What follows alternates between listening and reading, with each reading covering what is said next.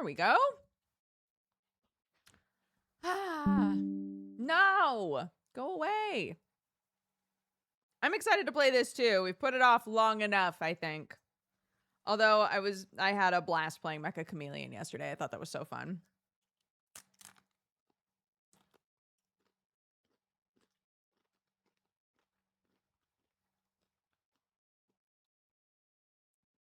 Oh, one sec. Need to message Octo something really quick.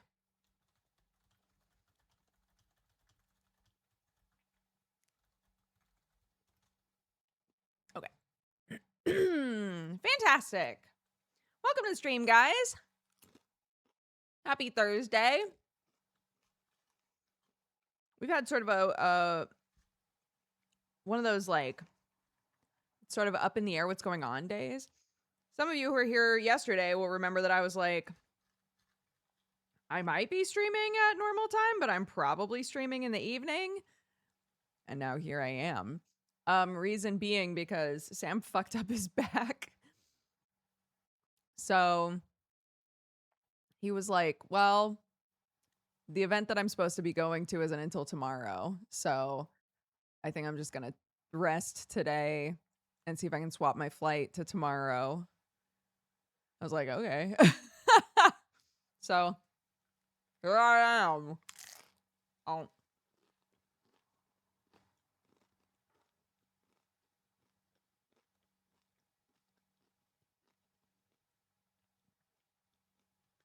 We had tacos yesterday, which means that today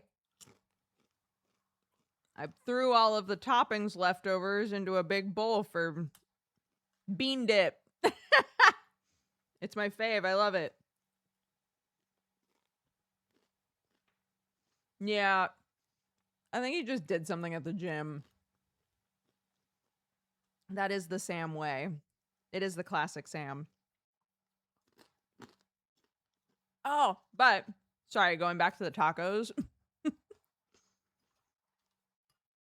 I've always wanted to try doing the like taco seasoning. Get me out of here. The like taco seasoning tofu thing. So I did that last night. We have a bunch of cans of black beans. So I was like, I'll make my own like refried beans out of the black beans.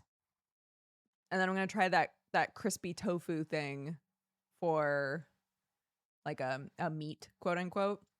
Turned out pretty good.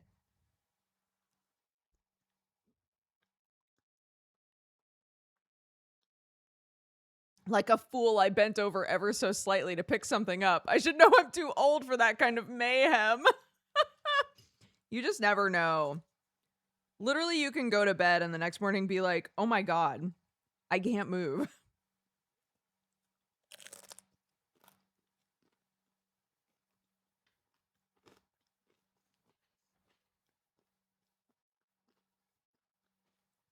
Fortunately, that hasn't happened to me in a long time. But it always used to be my neck. I would wake up and I couldn't move my neck. I'd be like, what happened? What did I do? What did I do? Oh no. My Crispies! Stop! Stop breaking!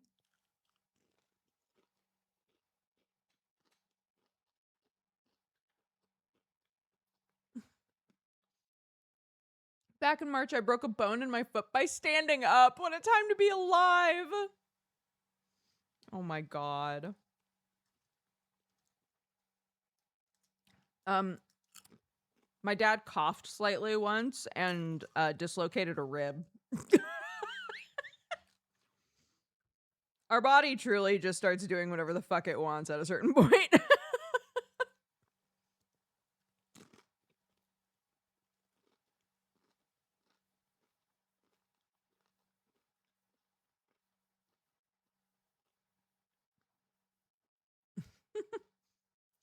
The last few mornings, my kid has slept in like 2 hours past when I woke up.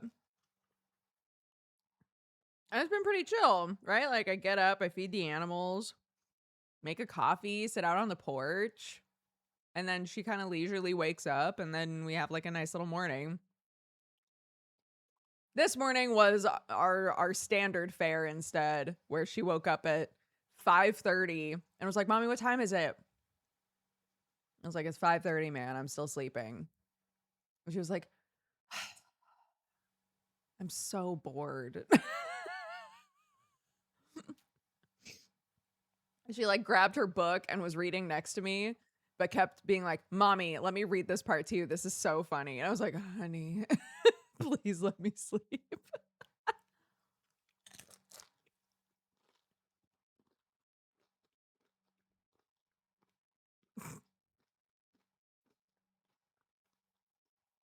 As a reminder, she's been sleeping with us because of the heat wave, but the heat waves are done now, and she's just kind of gotten a little too comfy, just sleeping in our bed. I don't mind that much, but today I was like, "I think you could probably start sleeping in your room again, honey." And she was like, but it's so messy in there." I was like, "What? That has a really easy fix, I gotta tell you." So our activity this morning was cleaning my kids' room and working more on our masks. We watched a bunch of like Therian mask DIYs. And we kept looking at each other like, we could fucking do this. So we did. So we've been doing that. We started painting them today. A lot harder than it looks.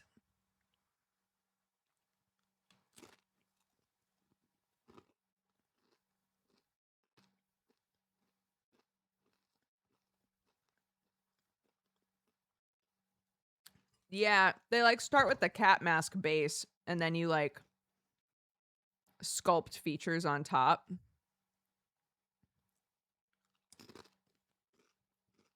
And then you cover the whole thing in felt and then you paint the felt. It's pretty tight. It was like a really easy but like very creatively free activity. And it turned out we had a lot of those supplies already, so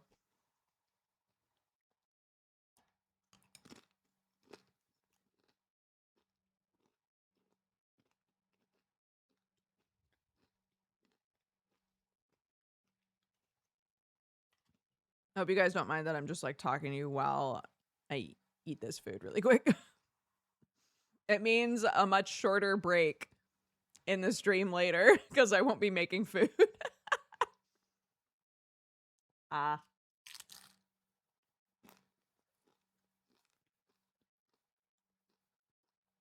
I know. Mermaid Mask, if you watched Tangle Tower or oh my gosh, what was the name of the other one? We just played it recently because Mermaid Mask was coming out.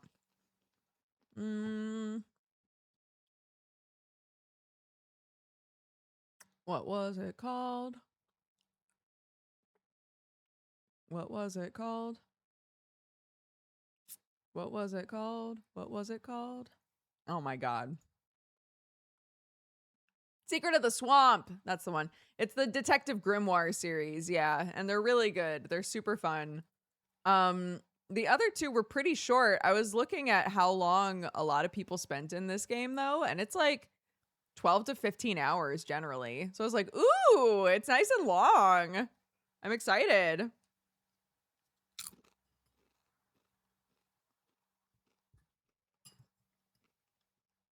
Oh. But yeah. These games are very cute and fun.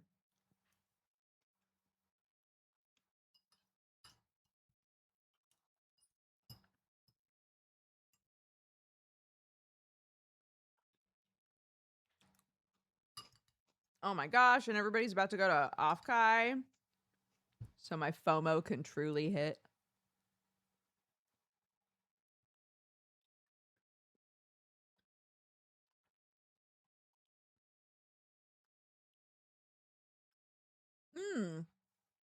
There's apparently an old Flash game that's technically the first in the series, but it's mostly not considered canon.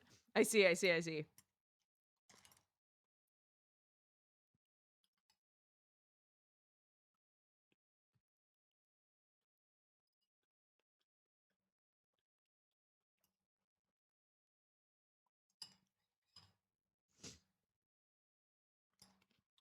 Mm-hmm. Mm-hmm.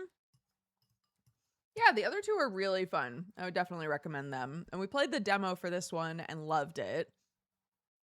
I was talking with Clarky because I was like, I have a problem, Clark. She was like, okay. It's like, there's a game I've been waiting for a long time, and it just came out.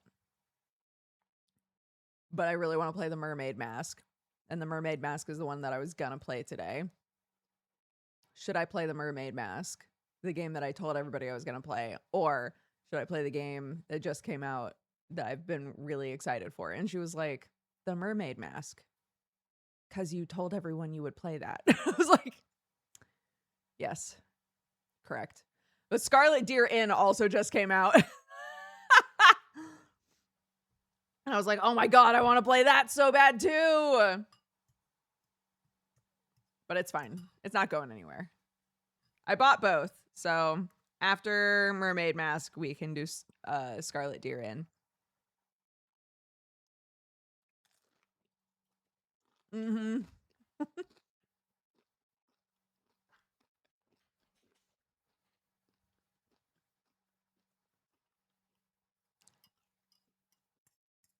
Yeah. I was like, pretend that you're my viewer, Clark. And I told you I was going to play Mermaid Mask, but then I showed up and I played Scarlet Deer Inn instead. How would you feel? And she was like, I mean, I'm sure both games are good, but I would have been excited for Mermaid Mask. And I was like, that's, yeah, that makes sense.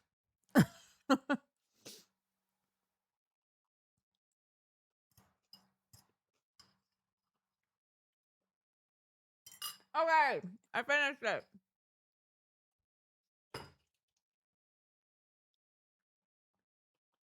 Mm-mm. Tangle Tower is the second one.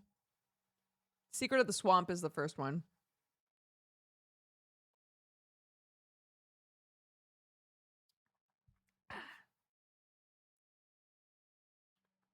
Is the mic quiet? No, I never turned my mic up or down. I only adjusted everybody else.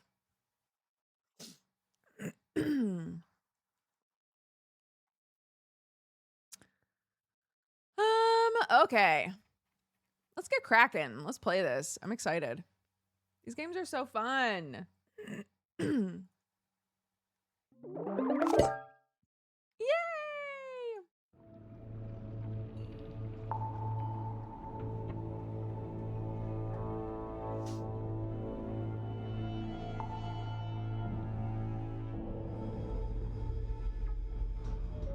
Making sure it's updating right. Yes. Okay.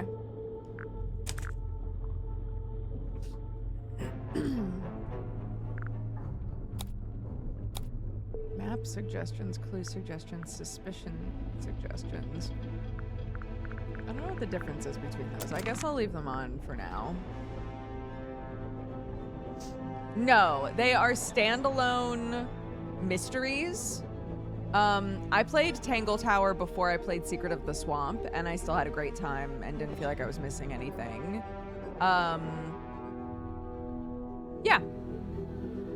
The main characters are the same, but they're normally standalone.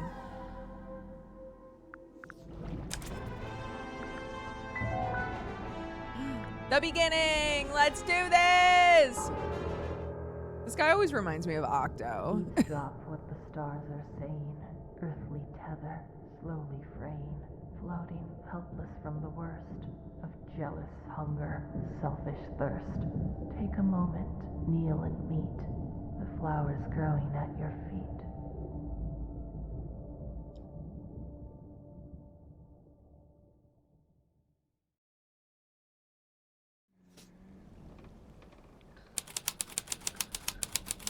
Okay. There's nothing written on the barrels. I'm sure they were once filled with some kind of wonderful, unsanctioned local ale. Oh. I'm covering stuff. I'll put myself over here for now.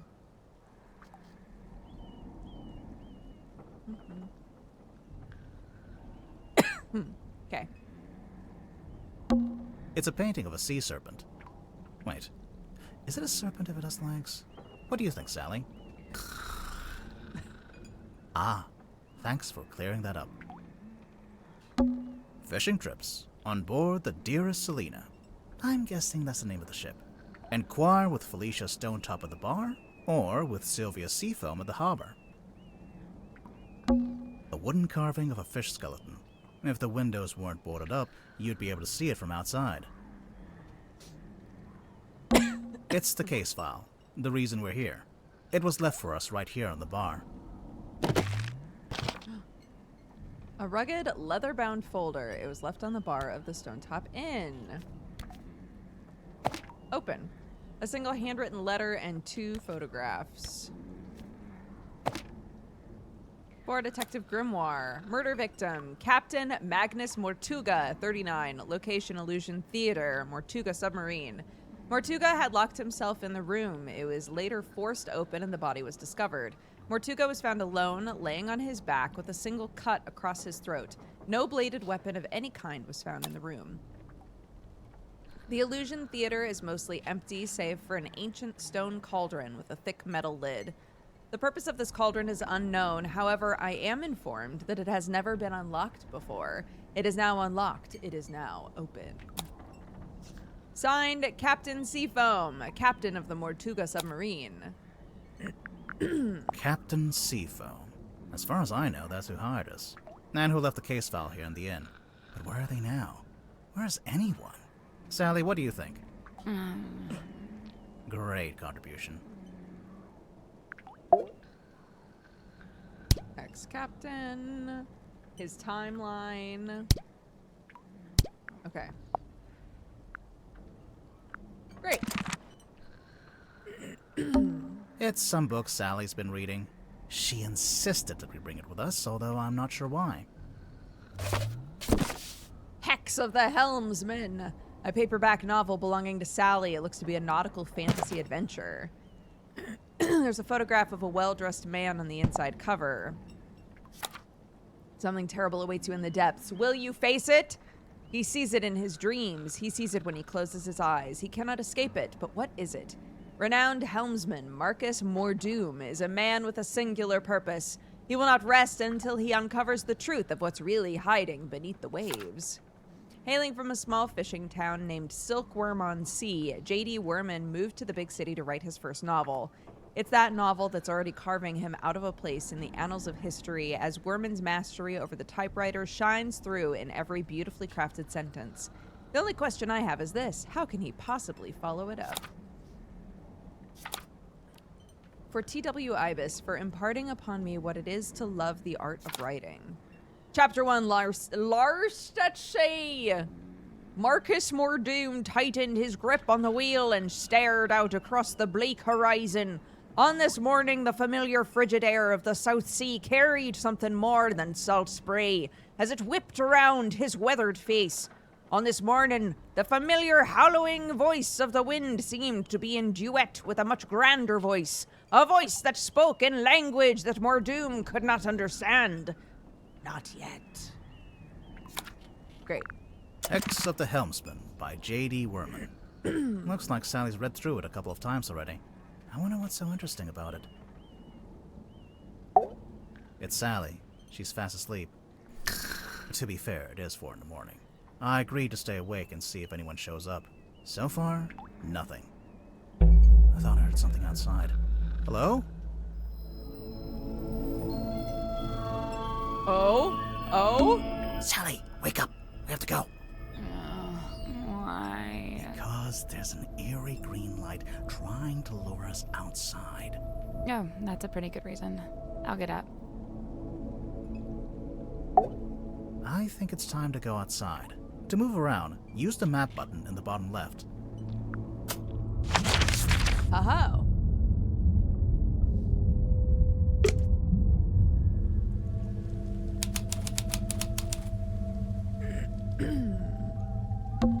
There's something in the water. What is it?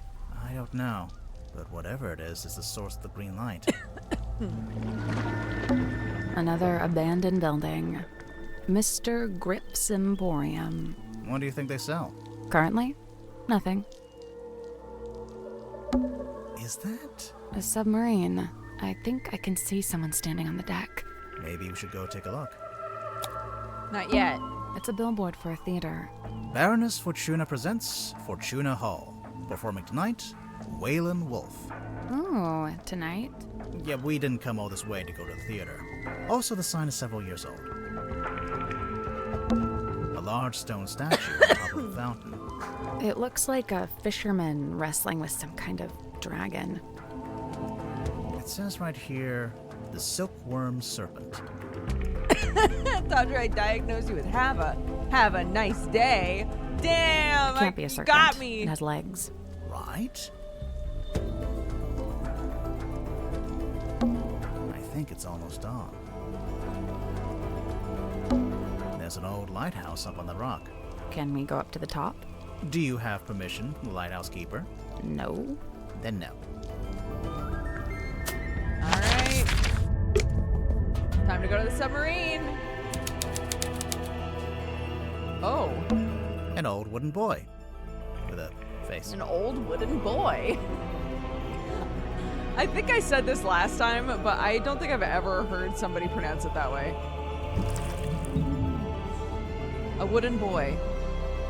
It's chained to the deck of the Mortuga submarine. There's a faint green glow in its eyes. This is where the green light was coming from. I noticed it started to fade as soon as we stepped onto the deck. So it's a boy that doubles as a lighthouse? The opposite, really. I've only ever heard buoy. A lighthouse warns you to stay away. But this... Oops. Looks like it initially said Seafoam, but that got crossed out and now it says Mortuga. I'm getting mutiny vibes from this. I don't know about you. It's the wrong way around. What? Take another look at the case file. Because his name is Mortuga.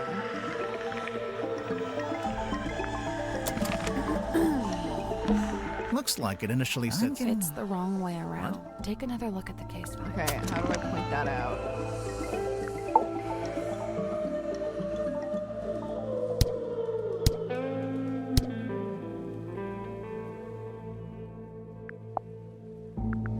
Maybe I don't have to. An old rowing boat. Or What? it only has one oar. Oh! There's nobody here. The door's open, though. Somebody must have opened it after the submarine surfaced. Does that constitute an invitation?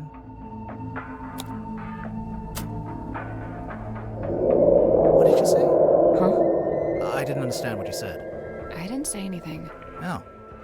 They Weird. won't let me leave now. Are you okay? They won't let me leave now. Yeah.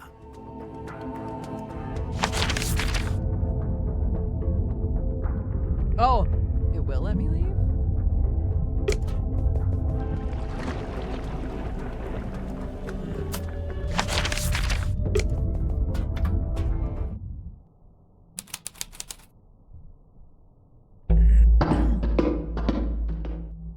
What's at the bottom of the ladder? I can't see. It's pitch black. Should we go back up? Wait, I think there's a lever.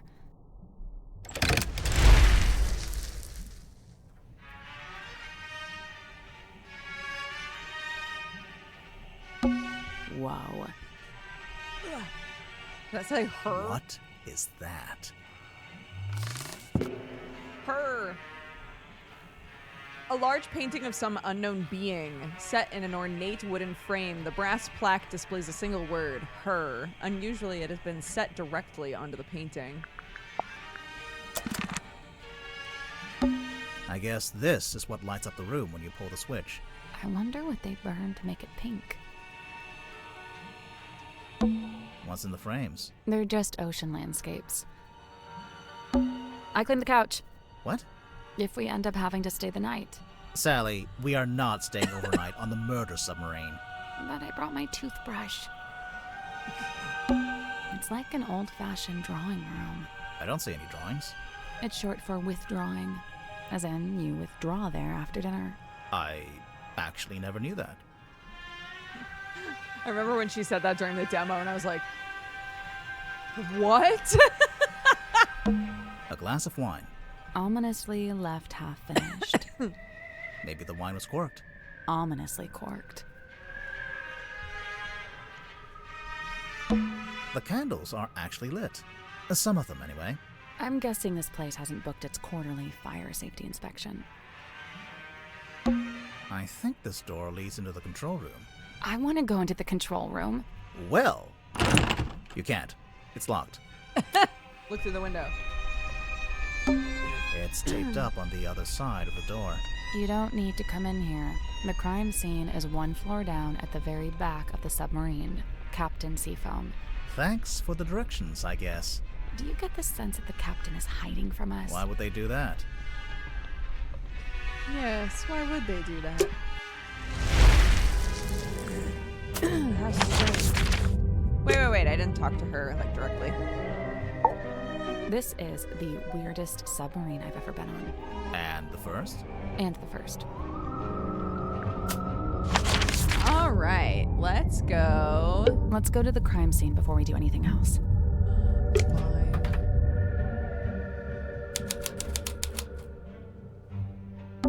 It's a big metal statue of a serpent.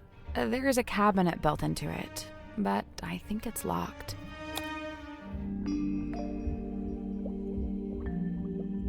Oh, right, I remember this now. I remember this.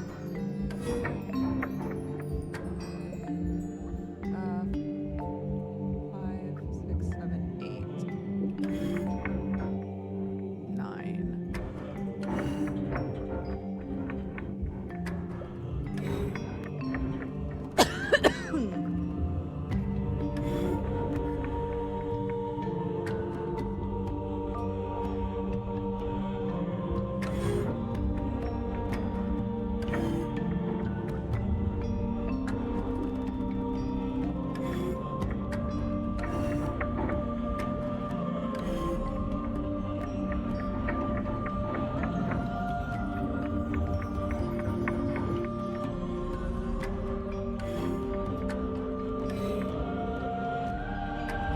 How did I get that 4 in here? Oh.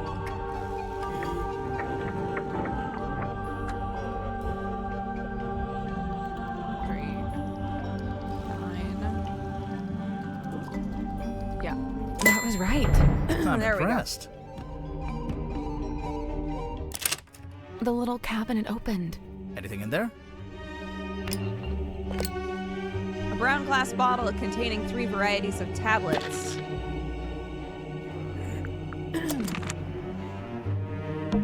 Pufferfish lamp. A timeless classic. Playing cards. Looks like someone got dealt a bad hand. Oh, really? I have no idea. I just thought that would sound cool.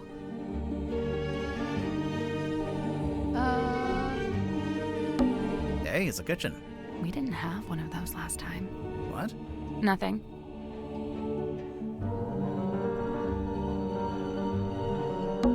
The ladder leading back up to the parlor. Right, okay.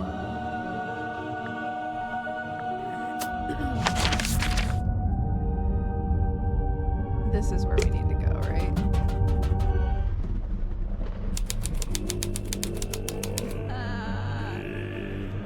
Spooky. Someone's taped a drawing to the wall, although it's upside down for some reason. I think it's supposed to be a poster. A hand-drawn poster taped to a pipe on the wall in the Illusion Theater. For some reason, it was displayed upside down. Title here. Okay. Baroness Fortuna presents Lady of the Looking Glass. Unfathomable, beyond anything I can imagine. Inconceivable. I don't even know what to believe anymore. Book tickets. Okay. There's a little broken bottle on the floor. I'm guessing Mortuga dropped this when he died. Small glass bottle found smashed on the floor. The spilled purple liquid has a subtle botanical scent. The small paper label is marked with a simple picture of the moon. A trail of blood. Looks like it came from the wound in Mortuga's neck. It runs straight down the room towards the back of the submarine. No, it doesn't. Not immediately. It pulls out first, then changes its mind. When he has to side-eye her. So, this is where Magnus Mortuga died. Let me know if that's better, sound-wise. It's just like the case file said. He landed on his back with the cauldron at his feet. He was killed by getting cut across the neck, right? Yeah, you can see that's where the blood came from. But there's no weapon, no knife or anything. Nothing. What's this? There's a cloth hanging up on the wall. A ragged square of thick sailcloth found hanging up on the wall in the Illusion Theater.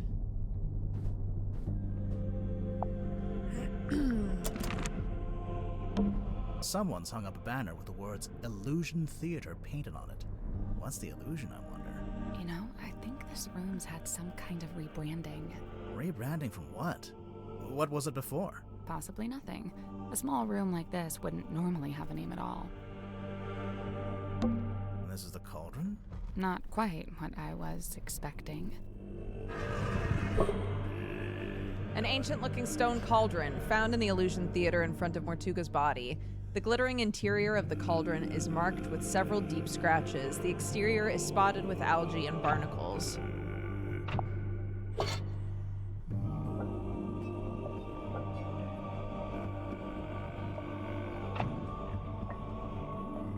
The case file said it had never been unlocked before.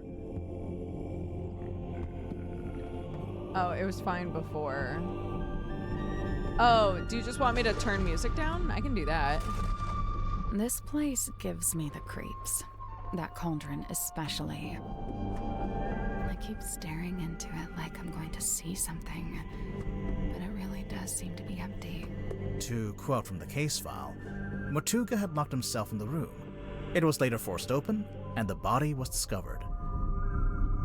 So Mortuga was alone in a locked room.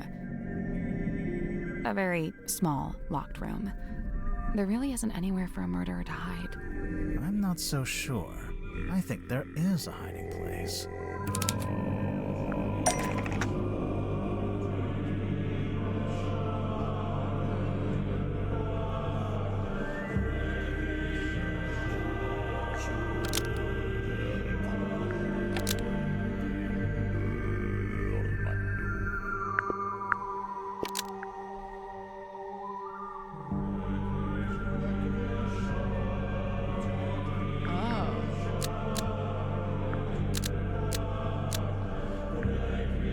What happened to Magnus Mortuga?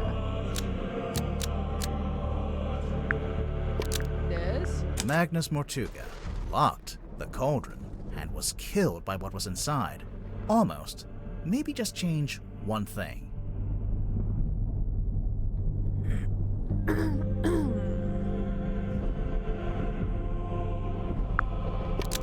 This? Magnus Mortuga locked the Illusion Theater and was killed by what was inside.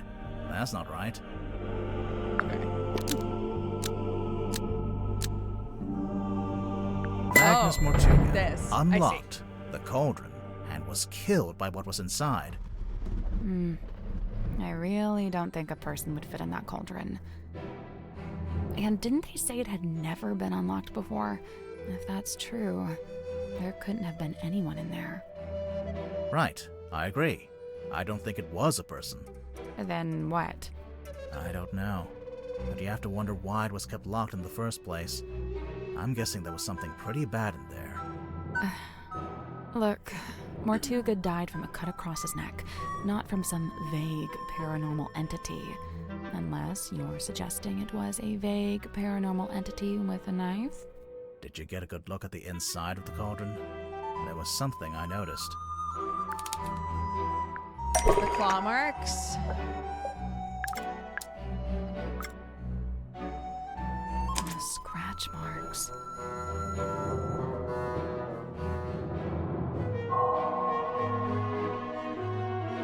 The curse and the cauldron.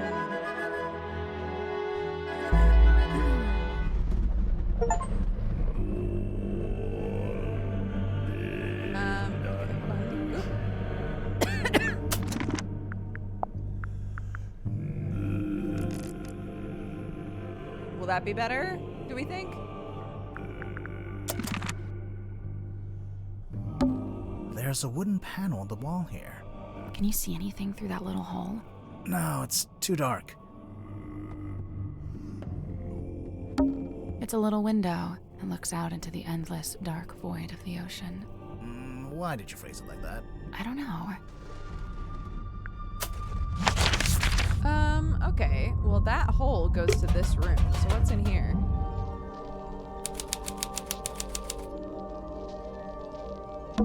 Anyone important in those photos? I don't think so. Good. A page ripped out of a newspaper. Lady of the Looking Glass and Chance Audience. Theater review by James Dusk. The young illusionist, who goes by Symmetry Silkmoth because why not, begins the show with her signature act, in which she somehow holds parlance with her own reflection in a large antique mirror. The two symmetries, who seem to move independently of one another, speak upon their morbid anxieties and intrusive thoughts, which it transpires form the themes of the show at large. Even though I have my theories about how the trick is achieved, to a less cynical eye it would present a thoroughly convincing spectacle. The mysterious Miss Silkmoth rounds off her performance with a surprisingly comedic set piece in which she attempts to communicate with her departed Uncle Gregory, who appears as an apparition within a crystal ball. However, it doesn't go to plan, and the audience laughs as Symmetry is put on hold in her disastrous attempt to telephone the afterlife. Overall, the show is a triumph, a brush with mysticism that stays with you long after the final bow. Okay, catch of the day. 3 a.m., the witching hour, and the moon is out. Dearest Selena creaks into port. Its once cheerful frame now seems burdened, heavy. It has a secret. A moment passes. What is this? Something is hauled up onto the slime-slick rocks beside the old silkworm harbor. A body, a creature. Its eyes are closed. No, wait, look again. It has no eyes. A serpent of sort, but it has arms. A dragon? No, that doesn't seem right. Serpent it is, then. Full story on pages 4 and 5. Okay. It's a model submarine. I think it's a doll's house. Oh, open it. It's a model submarine. I think it's a doll's house. Open it! Fine. A walking stick, standing up by itself. I think it's part of an illusion. What illusion? Invisible man, maybe? I don't see it. I want to figure out if the hole is from her room. An eerie painting of a girl standing in the woods. It is just a painting, right? Sure. Maybe. No. Maybe. A set of wooden drawers. Oh, An eerie painting of a girl. It is just. Sure. Maybe. No. Maybe. she blinked! It's a magic vanishing cabinet. I think it's just a wardrobe. Let's take a look inside. Oh, it's empty. She's blinking! Vanished. It's a wooden chest. What's all this stuff on the top? Drag the 6 cards and 4 glass lenses into the correct arrangement.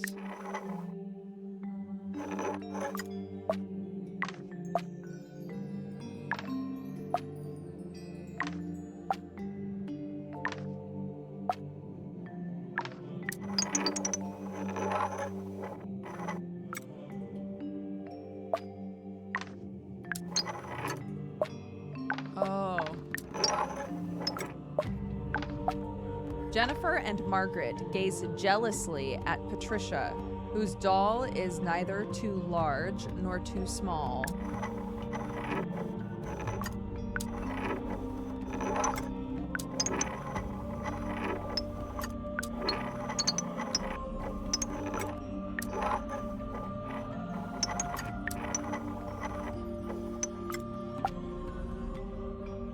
Jennifer and Margaret gaze jealously at Patricia.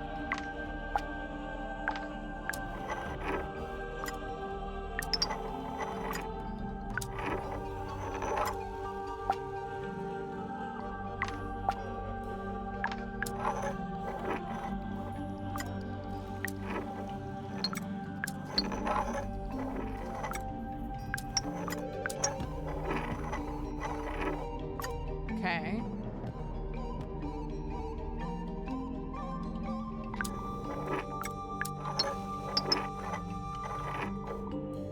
This doll is neither too large nor too small.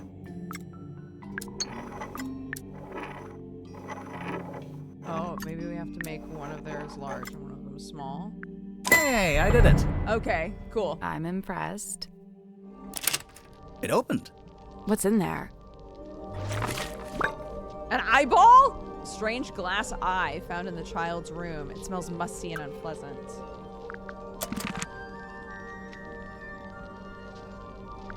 Okay, hold up. Walk with me here.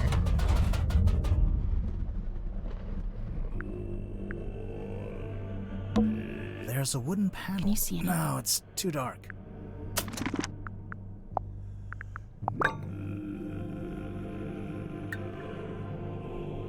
I want to use this. I want to put it in. I want to put it. Okay, never mind. Fine, never mind.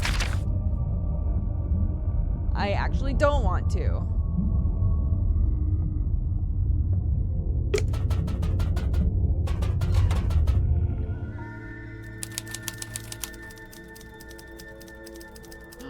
There's people in here.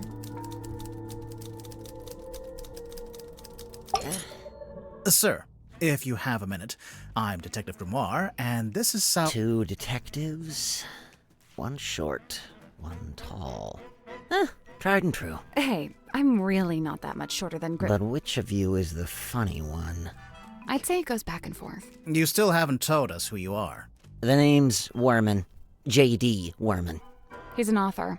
Author, journalist, let's see, what else? Famous, successful. He wrote the book that she Genius, brought. even. Oh, sure, that's why I got myself trapped in the murderous submarine. I know who you are, Mr. Worman. I've read your book. Oh, joy, your fans.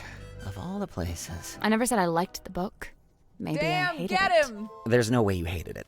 The arcs are too tight. Each chapter leads to the next, beginning, middle, end, and bang, not a line wasted.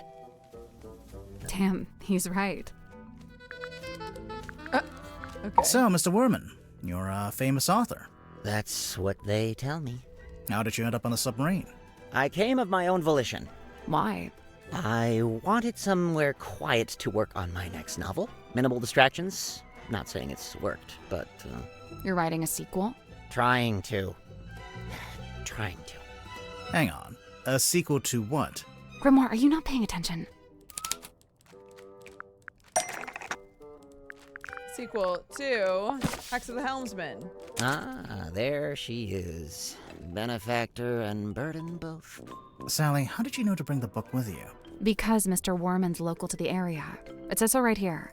Hailing from a small fishing town named Silkworm on Sea, J.D. Worman moved to the big city to write his first novel. My publisher wrote that. It's quite true, but she made it sound so saccharine. So you're from the town, you moved away, and then you came back. Now, see, you've gone too far in the other direction. That's too utilitarian. I get going back to your hometown for peace and quiet, but then to end up on the submarine? How did you even find out about it? Did you already know Mortuga? Oh, I knew of him. He's a figure of some infamy, submarine included. In fact, it was good to finally put a face to the name after all those years. Okay. So, how'd you like living on the Mortuga submarine? I will say, as a writer, it's a boon to be aboard this thing. And the whole place is dripping with human narrative, stories practically leaking out of the walls. It's also a lot noisier than I thought it'd be. I couldn't have guessed Mortuga would basically be running a bed and breakfast down here. It was already busy when you arrived? Mm-hmm. Before the arrival of Mariana Moon, Dirk and I were the last two to join the gang. It's kind of surprising there was still a bunk room free at that point. Well, I wouldn't look a gift horse in the mouth. What's it like sharing a room with Dirk? Oh, we get on like a house on fire, 2 peas in a pod. That's us. And what about everyone else? It's a fascinating little microcosm, utterly discordant and yet somehow harmonious. At least that's how it felt before the captain was murdered. The night of the murder? Night rolls around and I can't sleep, as usual. I say night. I'm referring to the indistinctive block of time we on the submarine have agreed to collectively refer to as night. Anyway, I'm wide awake, so I stay up to get some writing done. I don't want to deprive Dirk of his beauty sleep, so I took my typewriter out into the mess hall. Was anyone else in there? Godric came up a few minutes later. Brought some kind of busy work with him. So there we were, whiling away until I look up and see this woman. Mariana Moon, apparently. Good name. Probably fake, but good. She got straight to work trying to extract my entire life story, but then Mortuga shows up and we all go quiet. The guy looked miserable, and he passed straight through the room like a ghost. But before he leaves, he asks us to show Mariana around the submarine. I really didn't have the energy, so I made an excuse and left. I slept for barely an hour before a big jerk wakes me up. I'm not talking about Dirk. I mean, the submarine, it moved, tilted. Anyway, I tried to get back to sleep, but no. Now there's a scream. Dirk and I follow the sound all the way down the corridor. Symmetry's to frozen actually in be place buddies. in the doorway at the end. And behind her, Mortuga, dead, laying in front of some ancient stone cauldron. The lid of the thing flung open, like something had just burst out of it. The whole scene was otherworldly, like a painting. Then Madame Tadpole arrived, with just about everyone else trailing behind her. Tadpole brought everyone with her. So, she already knew about the murder. From what I gather, she discovered the body and then left to go get everybody else. And you know, I really didn't want to get in her way, so I returned to my room to await further instruction. Did you go back to sleep? No, I couldn't. I went back to work. Figured I'd be better off keeping busy, you know. Okay. Ask about suspects. Cuts quite a figure, doesn't he? Like something from myth. He was real, of course. Flesh and blood. I imagine you must have been curious to meet him. As anyone would be. Did you get to know him at all? It's funny. Going in, I'd heard he was, you know, the strong and silent type. But I didn't find that to be the case. So he was friendly with you? In his own way. The day I first arrived, he invited me into his cabin. Just to talk, apparently. What did you talk about? He asked me about my home life, my family, my father. Not to be rude, but why would Mortuga care about any of that? To this day, I'm not quite sure. I think maybe he was after some kind of I information love about the this. outside world and thought I might be a good source. Like, each one of these games, they try to take their already existing format and make it better. And I love the adjustments that they've made. Like to the interface, but also like the mashing of different art styles that they're doing. I So think what it's so made cute. you want to become a writer? That's all I've ever done. I was given a job writing for a newspaper when I was pretty young. Given a job? Yeah, friends in high places, you know. Like who? My father was the mayor. Ah, that'll do it. Did you enjoy writing for the newspaper? Sometimes. Other times it was painfully dull. I've got a tendency to lean towards hyperbole, and the everyday goings-on in Silkworm weren't always enough to satiate me. For every rumor of a cursed man disappearing into the ocean, you'd have 10 elderly couple file complaint over garbage collection. Rumor of a cursed man? Wait, you wrote an article about Mortuga? Oh no, I quit before that. I left town and went off to the city to be an author. And the result? Hex of the Helmsman. 50 national bestseller lists. As we speak, it's being translated into 5, 6, 7, 8 more languages. Must be nice. Your first book, and it's a big hit. I'm not complaining. I can see why you'd be writing a sequel. I really don't have a choice, do I? This is how things go. If you get a success, you have to keep it going. Just write what you want to write, JD. Okay, let's meet Dirk.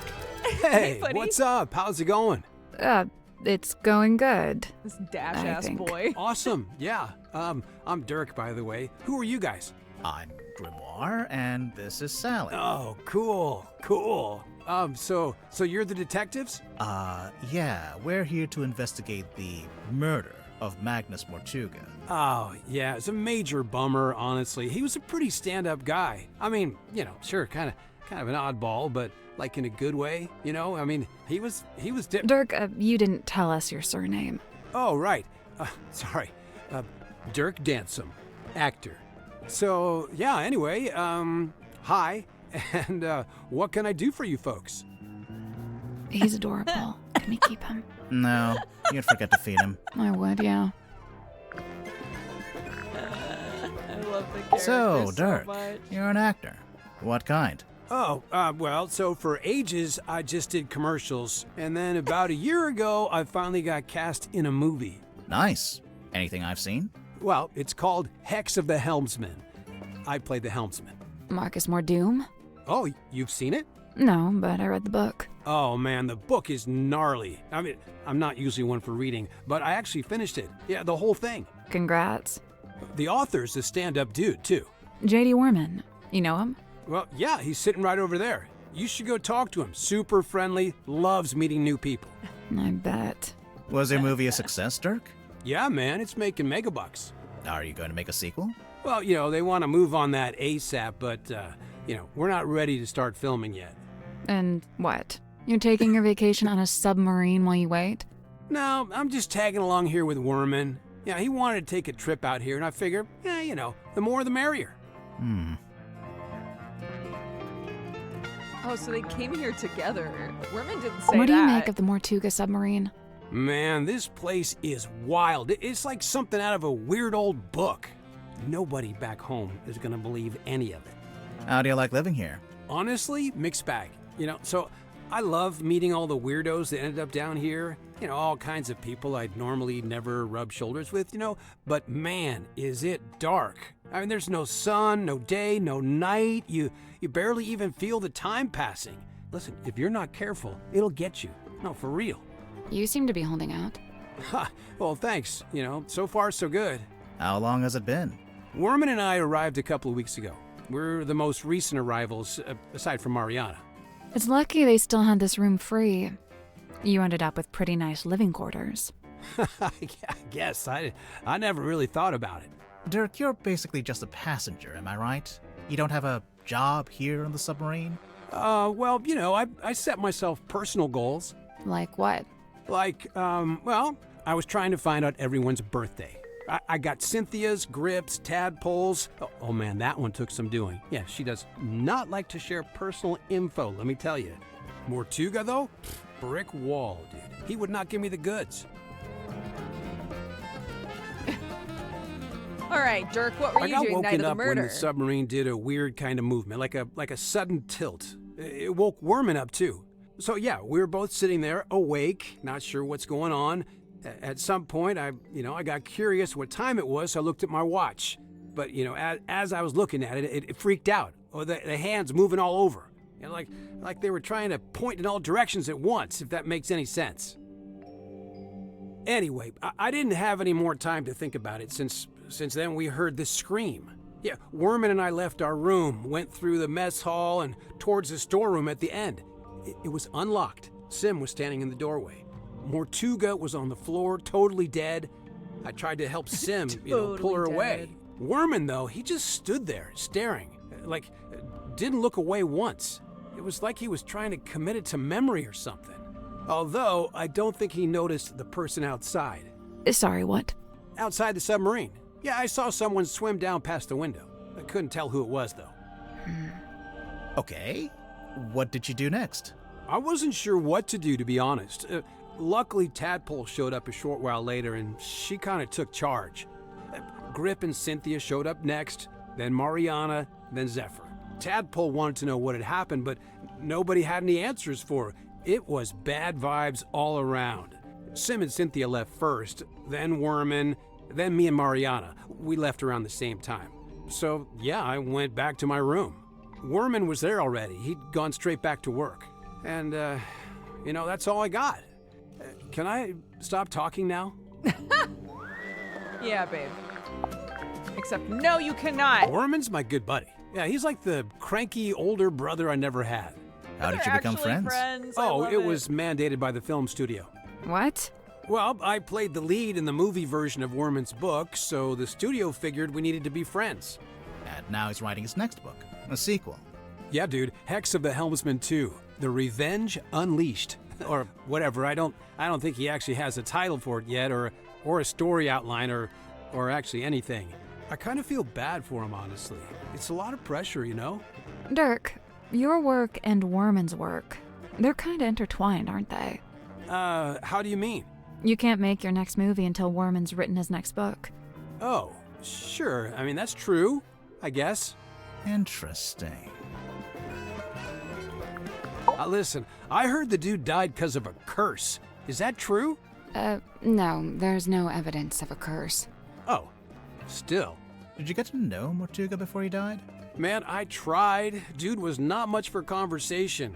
I tried explaining how I'm an actor playing a character that's kind of similar to him. Figured he'd be stoked. Let me guess. He was not, in fact, stoked. Actually, I tell a lie. There was one thing I tell a lie. Mortuga wanted to talk to me about. Oh, yeah? He was super curious about contracts. Like the legal documents. Yeah, he wanted to know how they work. Like, how they can be used to make people do stuff or not do stuff. Weird. Very Dirk weird. Dansom, 6'2", blonde, athletic, passionate, adaptable, amenable. Okay, you're hired. Please stop. And how long have you been an actor? Oh man, I've been trying to break into it for like forever, but I was getting nowhere until Mr. Vanderpeer said he wanted to hire an unknown for his new project, Hex of the Helmsman. It's kind of a fantasy horror adventure. I play mysterious anti-hero Marcus Mordoom. He's pretty much the main guy. So you went from getting no work to getting the lead in a big movie. Crazy, right? So you're rich and famous now? Well, I mean, yeah, right? I mean, hello. Hello? Hey, what's up?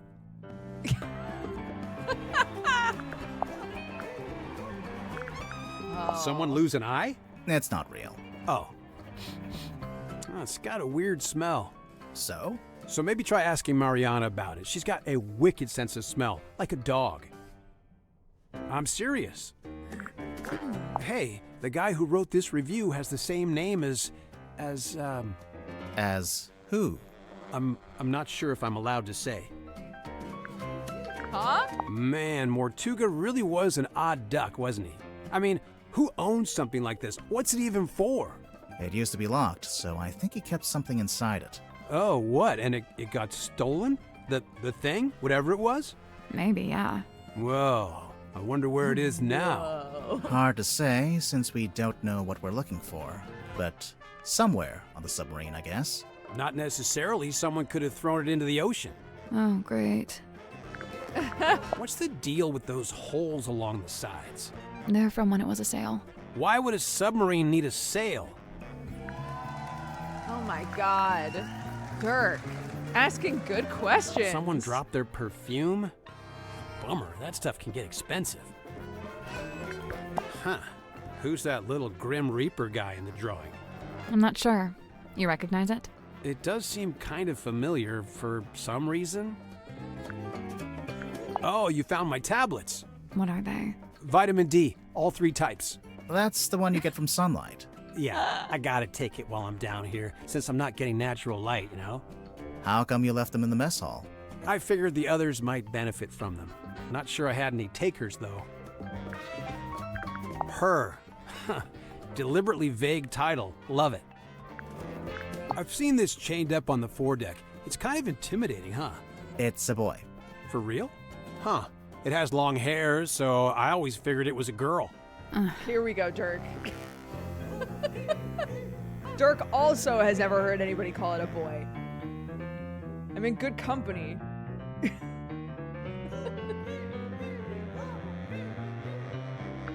Whoa, this is a first a dish. Yeah, whose is this? It's mine. You gonna get Wormo to sign it? No, I hadn't planned on it. He'd do it if you asked. I bet he'd even do a little doodle on the inside cover. Okay, maybe I do want that. I assume you've read it, Dirk?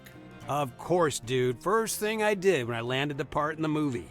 What did you think? Loved it. I never thought about the sea so much in my whole life. It's almost like the ocean in the book. It represents something bigger, you know? So, Yeah. Cynthia hired you to solve the murder, huh? Pretty much. How much do you charge? Is it like a day rate or what? Oh, it depends. Just ballpark it. How much did you make from the last case you solved? Good question. Grimmore, how much did we make from the Tangle Tower case?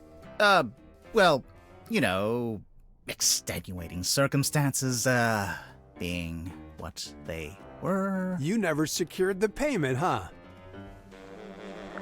We don't have to talk about it, Dirk. It's a punching bag. Looks like it's been recently punched. What? It's some kind of doll. Sally, no. It's a collectible action figure. Same thing. Oh, an action figure still in its original packaging, proudly displayed in the bunk room. Hex of the Helmsman, Marcus Mordoom. A man cursed by the sea. He sees it in his nightmares. He sees it when he shuts his eyes. He cannot escape. But what or who is it? Renowned helmsman Marcus Mordoom is a man on a singular mission. He won't rest until he discovers the truth of what's really hidden beneath the stormy sea.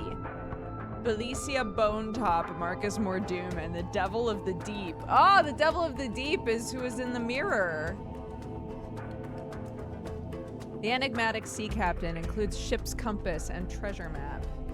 The tormented helmsman includes anchor, sword, and ship's wheel shield. A mysterious entity from beneath the waves. Series 2 coming soon. Okay. It's a teacup. I've been on this submarine for ages and nobody's offered me a cup of tea. You don't even like tea. Still. It's a suitcase. Clothes are neatly folded inside. It smells like men's aftershave. I'm getting bergamot, cedarwood, and notes of citrus. You done sniffing the suitcase? Is that a tuxedo? You never know when you might have to go to a fancy party. What's this in the front pocket? It's a cell phone. That's locked. What do you mean it's locked? How can a phone be locked? Why don't we just ask about it? Question mark? Drag the tiles into the correct slots. Okay.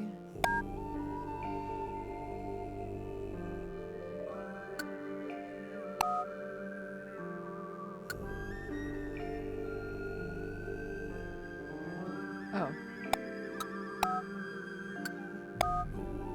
Okay.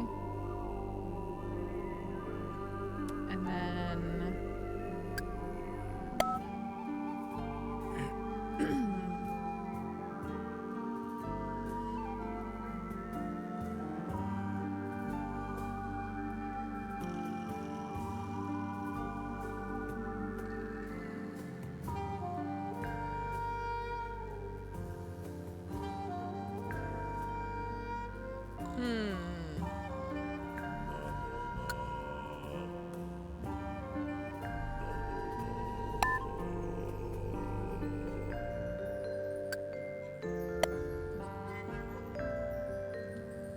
Well, this will definitely have to be part of it.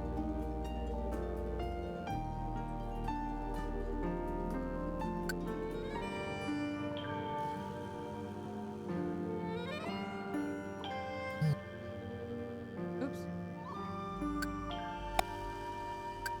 Maybe this instead.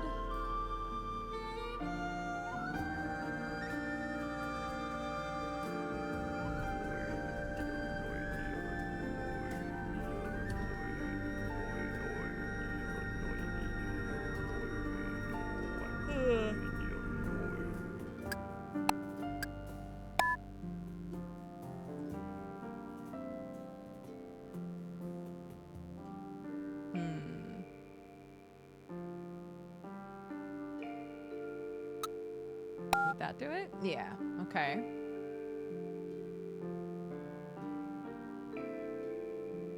Uh-oh.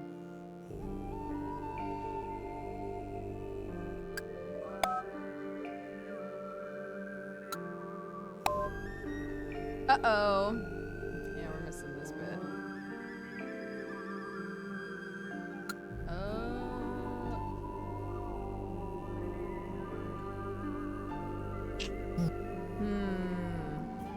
Yeah, we're hacking their phone directly in front of them for some reason.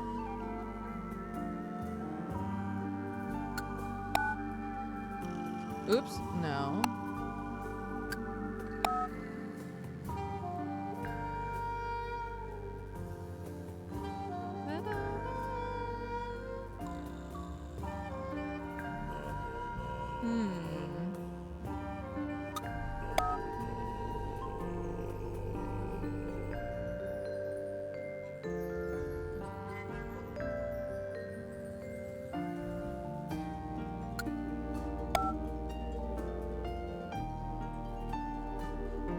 Oh, that was it. Oh, phew. Nice work. It's unlocked. So now we can look at it? Cell phone with a lid that flips open, found in the pocket of a tuxedo. It turns on, but there's no signal. The battery could use a charge. Welcome, Dirk.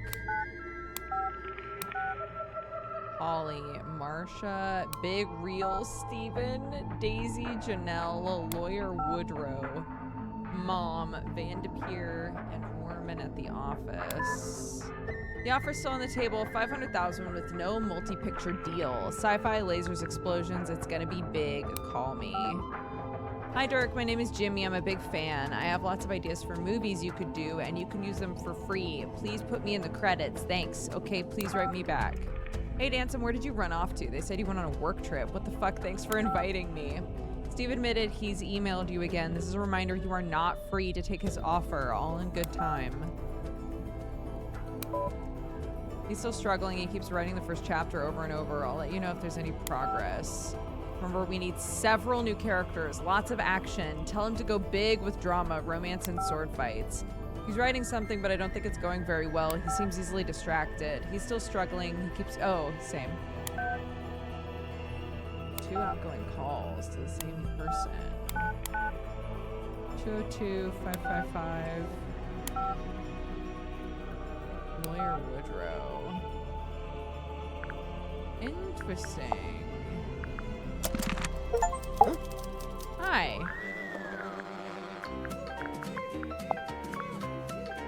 I am officially living the dream. How many people can say they're an action figure? I'll admit it. I'm jealous. You carry this thing around everywhere you go, Dirk. Of course, but I'm super duper careful to keep it in mint condition. Mint condition?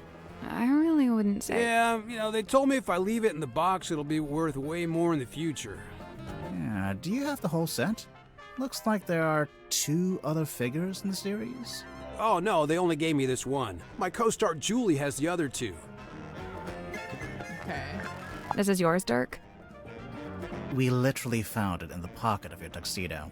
How'd you know for sure it's my tuxedo? Dirk, show me one other living soul on this submarine that could even conceivably own a tuxedo.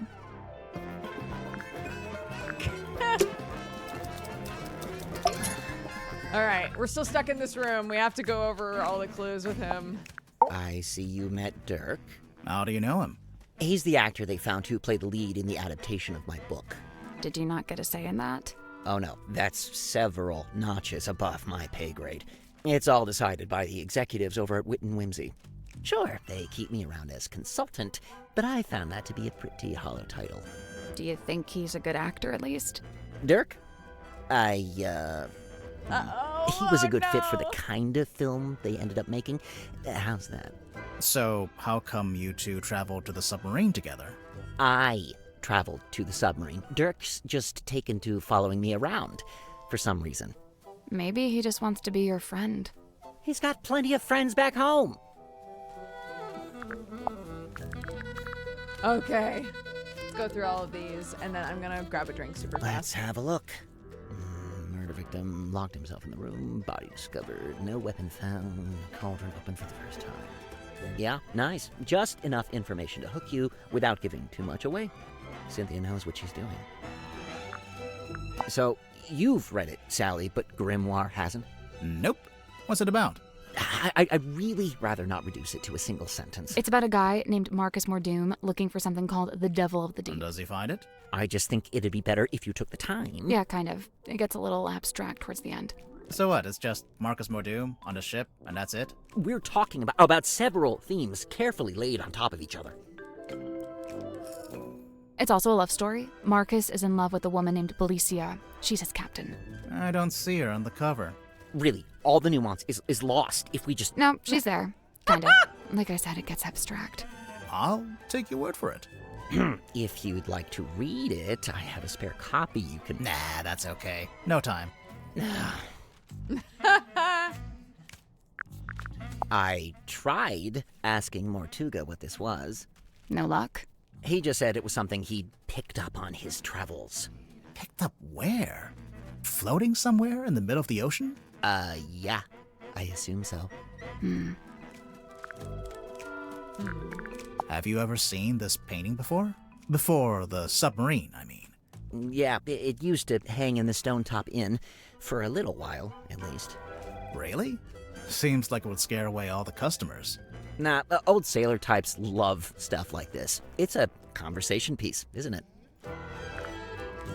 I unironically love this painting.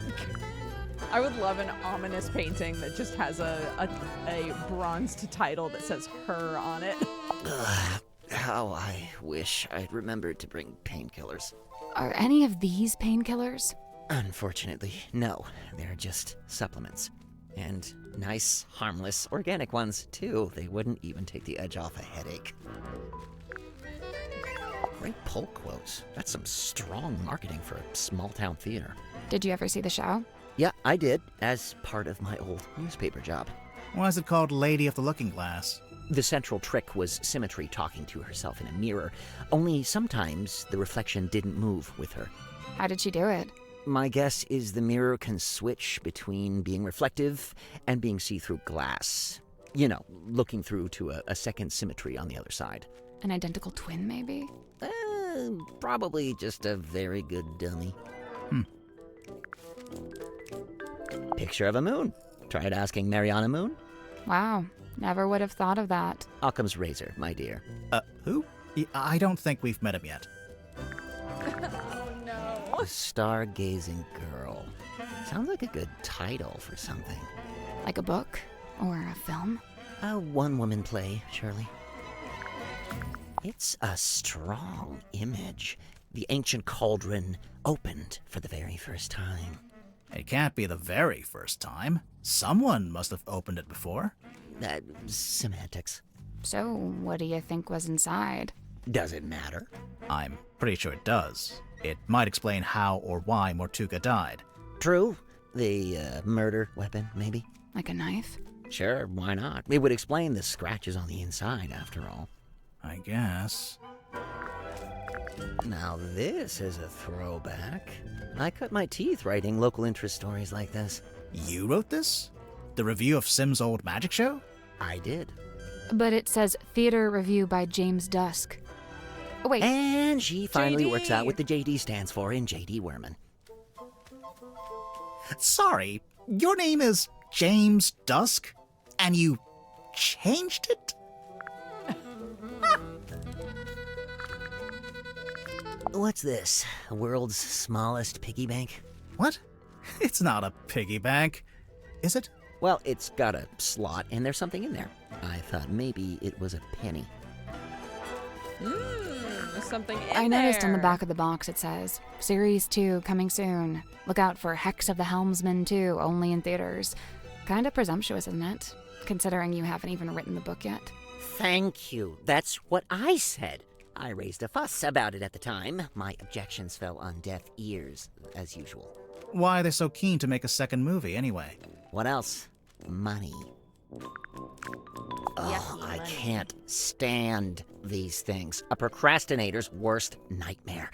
It's why I use the old typewriter. No distractions. Does Dirk spend a lot of time on his cell phone? Not in here. He goes up on deck to do it. Why? Who knows? It's not my business. Hot dog. Okay. Fantastic. I'm gonna really quickly grab a drink. Oh, what? What? We'll do this.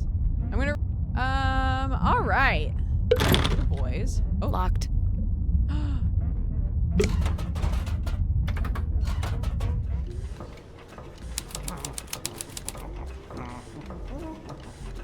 Oh. Hello? Hello? Is anyone there? I think there's someone in that basket. Hello. What on earth are you doing? Aha! Customers! Come in, and welcome to Mr. Grip's Emporium. Wait, what? I guess he's Mr. Grip. What's that? You'd like a succinct yet exhaustive rundown of our operational philosophy? I don't think I said that. Here at Mr. Grips, we plot the unplottable, chart the unchartable, and measure the unmeasurable. No sea too vast, no night too dark, no fog too thick. With the right contraption in your pocket, even the great unknown may be quantified and calculated. So fret not, noble navigator, as we stock all the essentials. Oh. I don't... I don't have anything! I'm sorry, you can't afford this item. I don't want it. I'm afraid you don't. I know! I'm not trying to buy anything! Apologies, you is can't so afford funny. that one. Ugh. Mr. Grip, we're not customers. We're detectives. We need to talk to you. Why didn't you say so? Now, what is it you wanted to know? Can I get your full name? Godric Grip of Mr. Grip's Emporium. And that's this little shop you run down here in the engine room for some reason. This is merely the newest branch. The flagship site is back in Circuum-on-Sea. Yeah, we saw it. It's all boarded up. As well, I can't make a living selling compasses to the ghosts in a ghost town, can I? So that's what you do? Sell compasses? Seems kind of niche. We buy, sell, and service all manner of nautical navigation equipment. What's that? Ah, yes, we also provide cartographic consultation. We'll analyze and decipher any map, all for a low, low fee. Some maps may be invalid, fee to be decided on a case-by-case basis. Sorry, did you just talk to your stick? You mean Cornelius Kane? And he's given it a name. Great. Oh, God. Don't ask any follow-up questions. Maybe he'll let us move on. Oh, buddy. How'd you wind up here? I crashed my hot air balloon into the ocean. Whole thing came down. Dreadful. And of course, I've never been a swimmer, don't have the upper body strength. How'd you crash your balloon? A rather spirited disagreement with a flock of migratory pelicans led to an abrupt Sure, okay. And the actual reason? storm. There we go. Wait, so you're an aeronaut? I thought you were a shopkeeper. Yes, well, you're quite right, of course. But I'd been inspired to leave my shop behind and head out on a journey of discovery into the great unknown. That was the plan, at least. As you can see, I didn't make it very far at all. So there's a storm, the balloon crashes, you fall into the ocean. Then what? Enter Captain Mortuga. He finds me adrift, fishes me out of the water, and promptly places me here. In the engine room? Was every other room taken? On the contrary, only Mortuga and Zephyr were living here when I arrived, so I rather had the run of the place. Cornelius and I just agreed this would be the best place to set up shop, as it were. Why did you set up your shop again? You just said you'd been inspired to leave it behind. I had to make myself useful somehow, didn't I? Let's see. I'd taken Cornelius up to the mess hall. Poor fellow needed a little repair work, you see. Were you alone up there? Aside from Cornelius, I mean. No, Werman was there, working away on his typewriter. Then, all of a sudden, somebody new came down the ladder. A woman by the name of Mariana Moon. Werman and I conversed with her for a few minutes before Mortuga himself entered the room. He passed through towards the child's room and the storeroom, but before he left, he asked us to provide Mariana with a tour of the submarine. Worman feigned a sudden fatigue and slithered off back to his room, leaving me as the solitary tour guide. You do kinda look like a tour guide, to be honest. Yes, well, I won't bore you with a blow-by-blow. I'm sure Mariana will cover that in her statement.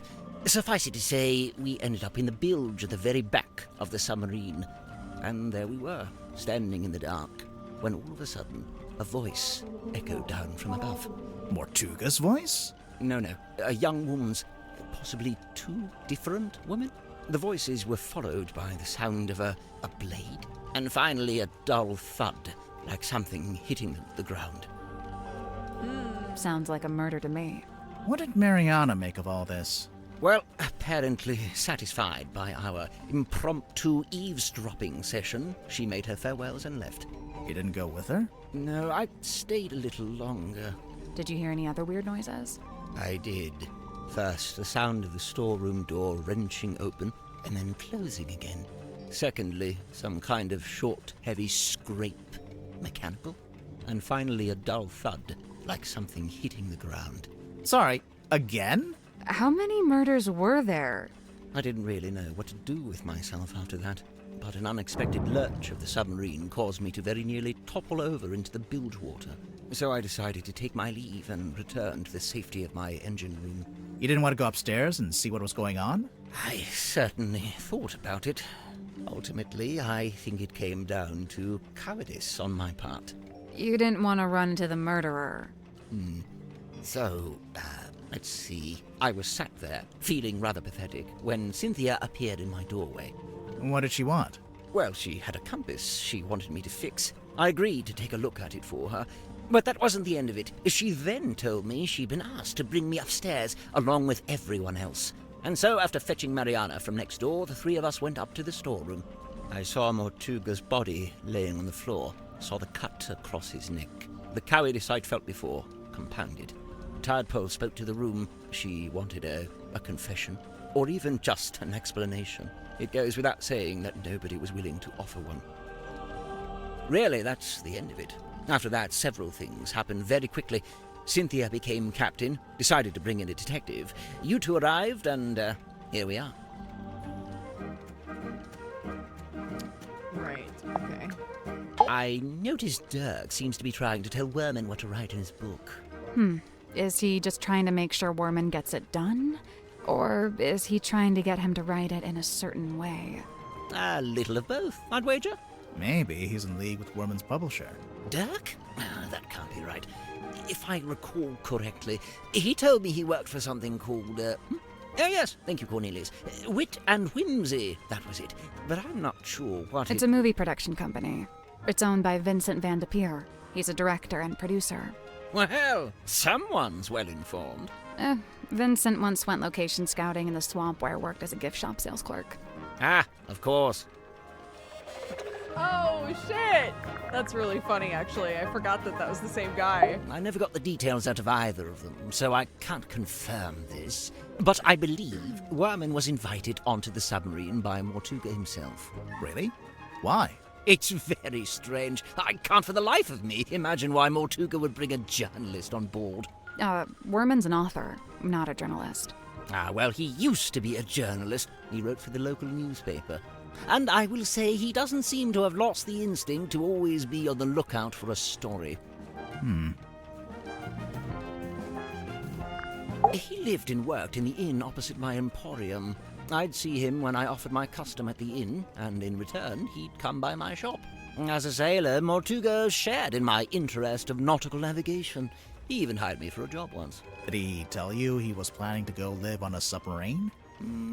I don't think he told anybody. I am not a voice After in his this game, disappearance, no. all I had was several largely Maybe one day unsatisfactory rooms. I can They said audition he for a voice in one of disappeared these into the games. sea, whatever that was supposed to mean. The first time I laid eyes on his eponymous submarine was when it rescued me from my fallen balloon. I can't tell you how surprised I was to see Magnus Mortuga step out onto the foredeck, although he wasn't quite the same man I'd known before. How do you mean? The light in his eyes was dulled, like he wasn't really there. And what had happened to him? Well, I'd never found out. But perhaps the rumors were true after all. Perhaps he had disappeared into the sea. Scusa mia. Before this thrilling little jaunt on the Mortuga submarine, I'd lived in Silkworm all my life. I worked for my father and eventually inherited his business. Godman Grip's nautical and aeronautical precision measurement and navigation instruments. Snappy title. I eventually trimmed the name down to just Mr. Grip's Emporium. That was around the same time I hired young Cornelius here as a much-needed second pair of hands. He's a stick. He does not have hands. Yes, running that business was my whole life for many years. Slow, sometimes tedious work, but I was extremely good at it. I especially relished in the task of deciphering and restoring old maps. The more decrepit they were, the more I enjoyed it. And now you live in the engine room of a submarine. Must be a big change. Yes and no. Okay, and now all of I these. don't really deal in anything post-industrial revolution. Try Cynthia. Oh? Teenage girl, cell phone, just seems like a natural fit, wouldn't you say? That's the captain, is it? And her accessories are a compass and a map. So? So they made her the navigator and the captain. Typical navigator erasure. Where on earth did you find this? It was just lying around. Do you know what it is? What I do know is that it belonged to Mortuga. But you don't know what it was actually for. I couldn't say with any academic certainty. Godric Grip's nautical and aeronautical precision measurement and navigation instruments. Great name. As well, this was shortly before the rebrand. Why'd you decide to rebrand the shop? You see, the news about the Silkworm Serpent put the town in a particular sort of mood. Interest in all things nautical adventure was on the rise, you know. They put up that statue, we get tourists even. So you capitalized on the zeitgeist. Look at you, using the vocabulary. So what's the deal with this cauldron? I've no idea. Really? I figured you've been here a while. Surely Mortuga would have mentioned it. He never did. Seems like he was keeping it secret. From who? From everyone. Why would it need to be a secret? Maybe he just wanted it all for himself. Yeah, whatever was in there, I mean. It wasn't really Mortuga's modus operandi to be selfish like that. Quite honestly, it's more likely to be the exact opposite. What, so keeping it secret was him being selfless, somehow? Like if it was dangerous. He kept it hidden as a way of keeping you all safe. This is from a ship's sail? I think so. Did you sell sails in your shop? No, ship parts like that fell within the remit of the Drummond shipyard, a few doors down. We think Mortuga might have dropped this when he was killed. You can think that all you like. Personally, I think it came from somewhere else. If it wasn't dropped by Mortuga, perhaps it was dropped by the culprit? Might have been neither. You're suggesting this bottle made its own way into the crime scene? Maybe. Maybe it was put through tells that me he hole in the spotted wall. Miss Silk Moth drawing this while she was in the mess hall. What's it a drawing of, exactly? Let's have a look, shall we? That symmetry, I assume. And she's sitting on the cauldron, facing a window?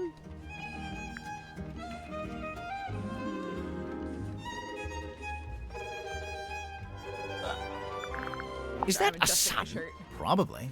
Although it could be a wheel. Oh, yes, wheel tablets. What's the problem? Yes, can't really miss it, can you? It's creeping me out, but I really want to know what it is. I wouldn't lose sleep over it if I were you. Why? Wonderful, isn't it? Cornelius thinks it might be his great-grandmother. For all I know, he may be right. It belonged to Mortuga, I assume? Yes, and to me it sits right alongside that iron bell in his office and that stone cauldron in the storeroom. Together, they form Mortuga's collection of inexplicably cursed-looking nautical artifacts. Maybe they do form a set. Let's see here. Nope, doesn't say it anywhere. No based on, no inspired by. Inspired by what? True events. Then again, I suppose it is largely imaginary and mostly guesswork. I'd imagine that gets him off the hook. True events? No bladed weapon of any kind was found in the room. Yes, I noticed that too. The missing murder weapon. Classic. Any idea where it might be, or what? Not yet. Okay. A selection of some of my more unusual compasses. Please peruse at your leisure. Fruit. Drag the correct compass into each of the 4 slots. This compass is a clock in disguise. This compass doesn't want to solve this puzzle right now. This compass tries to point away from all the others.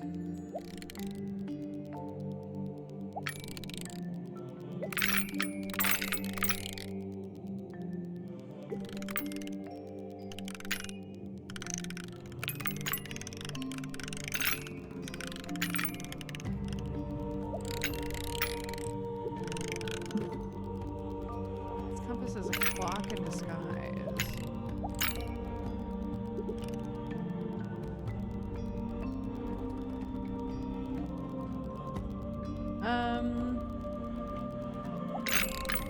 This compass doesn't want to solve the puzzle.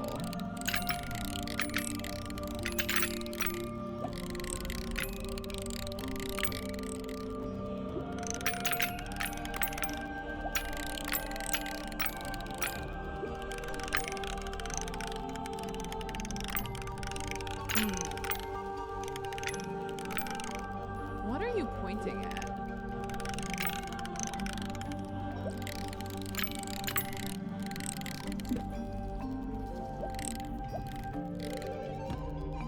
Oh, put away from all the others.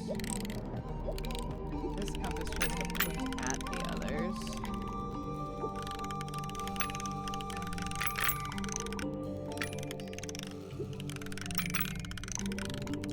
Okay. And then this compass doesn't want to solve this puzzle right now.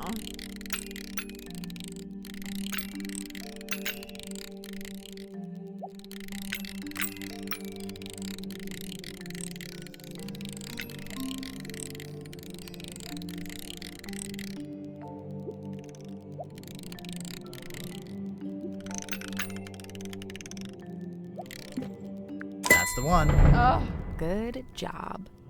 thank you. That's Nope. Yeah, it did. I heard it. Sounded like a box opening. Pure conjecture. It's open. What is that? Some kind of scroll? That is not for sale. Please don't touch it. Too late. Sorry. What is it? It unrolls to reveal a map, a red X marked somewhere in the ocean. Map coordinates interpreted by Godric Grip for Mortuga. Oh, and the thingy's there. Aha. Hey, do you want to talk to us about the map? How much for this one? It's not for sale. Oh, too rare? Too valuable? It's from my personal collection. I really hadn't intended for you to see it. Well, we did see it. What's it a map to, anyway? What's it the red X? Now that's the question, isn't it? You don't know? Unfortunately, not. Okay. Well, let's see if we can meet somebody else. Who's in here?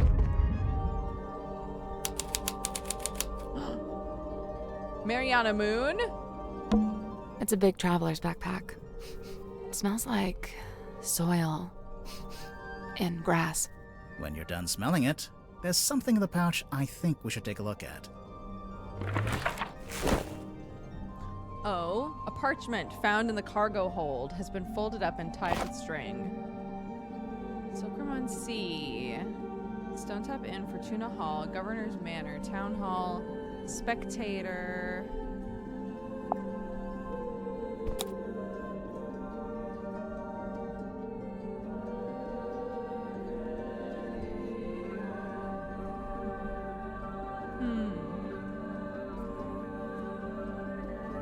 Okay. A pinboard? I assume it belongs to that woman over there. Right. We'd better talk to her first. Weary travelers. Take a seat by the fire, shake out your boots. We're not weary travelers. Then why do you both look so haggard and trail-worn? Ouch. There goes my self-esteem for the rest of the day. We're detectives. I'm Grimoire, and this is Sally.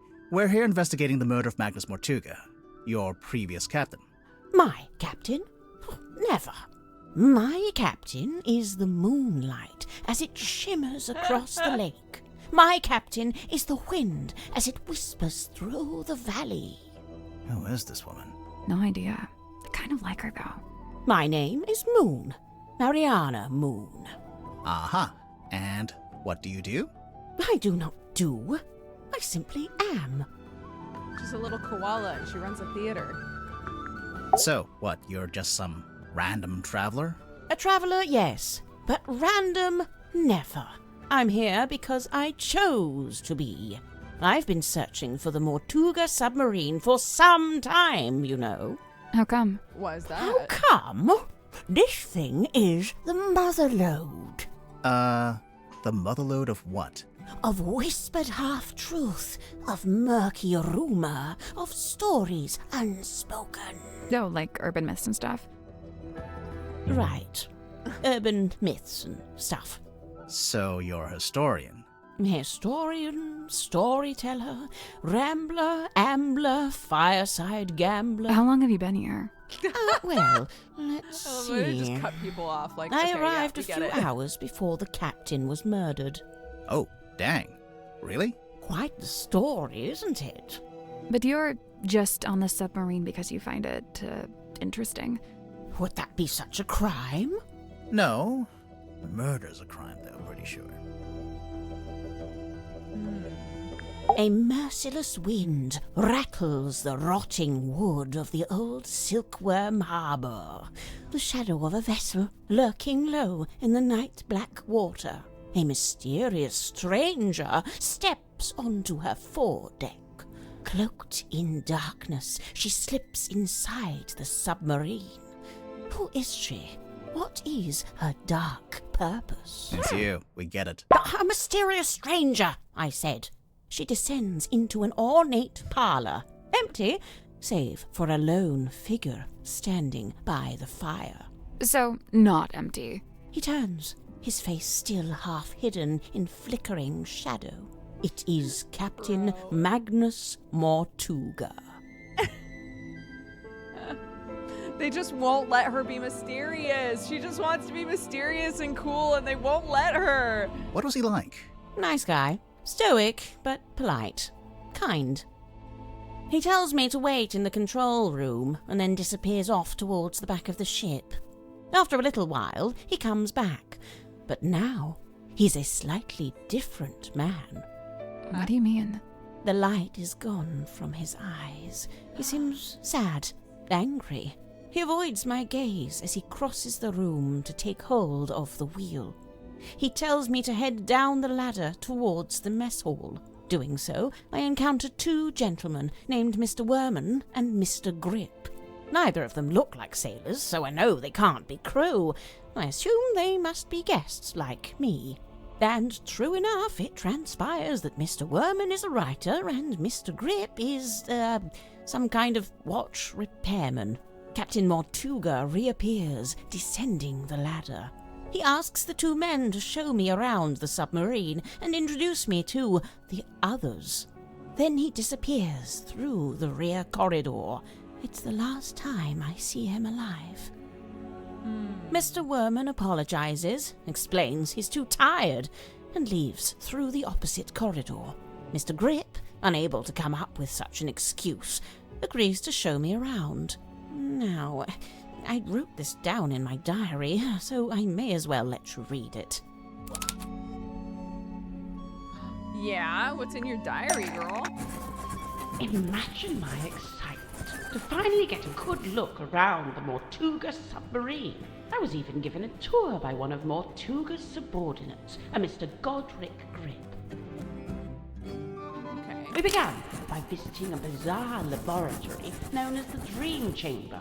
It smelled of dried herbs and dusty glass, but was devoid of its dream custodian.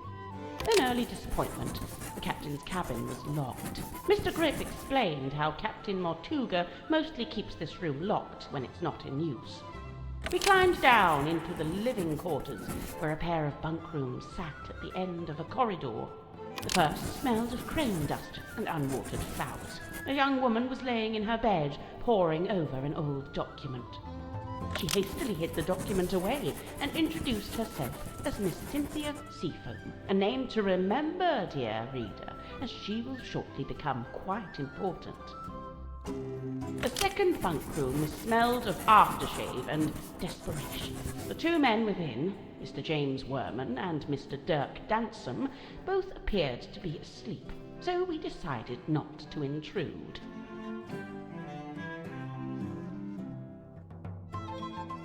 Next, the room at the very end of the hall. Next on the tour, a room. I keep clicking inhabited, and nothing's happening. Looks of things by a young child who is also a stage magician. Sadly, this mythical child magician is nowhere to be seen. Ah. The room at the very end of the hallway was sealed with a heavy bulkhead door. Mr. Grip dismissed it as a storeroom that only Captain Mortuga makes use of. Perhaps you'll agree with me, dear reader, when I suggest the peculiarity of a simple storeroom being sealed off with such a significant door. Mr. Grip took me down to the cargo hold. It smells of damp wood and tarred rope. Yes, I describe it in the present tense, for it is here I sit as I write this very diary. Next door, the engine room, burnished bronze and tea-stained parchment. I learned that it's something of a nest for Mr. Grip himself, and thus was currently unoccupied. A nest? Outside, I encountered a Dr. Zacharias Zephyr, the aforementioned keeper of the Dream Chamber. Surprised to see us, he nearly dropped the empty glass bottle he was carrying. Clearly wishing to remove himself from the situation, the good doctor muttered something inaudible and disappeared up the ladder. We continued on into the next room, which I was amused to discover was some kind of shimmering mermaid grotto. I smelled her before I saw her. The unmistakable mix of salt, seaweed, and sequined spandex. Huh? It Is can Madame only Tadpole be like Madame a Tadpole, a sea name which serpent may lady? be familiar to long-time readers of this diary. We continued on into the next room, which I was amused to discover was some kind of shimmering mermaid grotto. Clearly wishing to remove himself from the situation, the good doctor muttered something inaudible and disappeared up the ladder.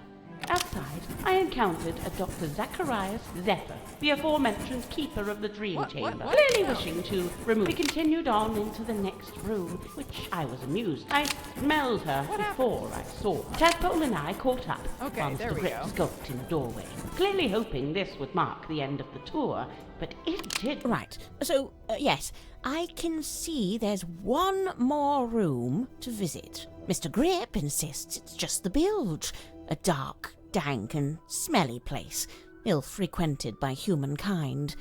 I tell him he couldn't have sold it to me better if he'd tried.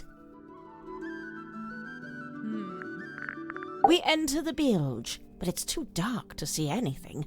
Mr. Grip, who is clearly tiring of my company by this point, opens the vent in the ceiling to let in a little light. Moments later, a voice is heard, echoing down from above. Whose voice? A young woman, Sorry, and that was me. then an older woman. I can't remember exactly what was said, but I remember thinking it sounded a little like poetry. What happened next? The sound of a scream, and then a dull thud. Oh. Yeah, that sounds like a murder. But which murder? Anyway, by this point, I've used up all my patience, so I decide to take my leave. I thank Mr. Grip for the tour and return to my new lodgings in the cargo hold. I have to put up my tent twice, as on the first attempt, a sudden movement of the submarine undoes my progress. After some time, Mr. Grip and the young Miss Seafoam appear in my doorway. It seems they've come to fetch me for some kind of official submarine business.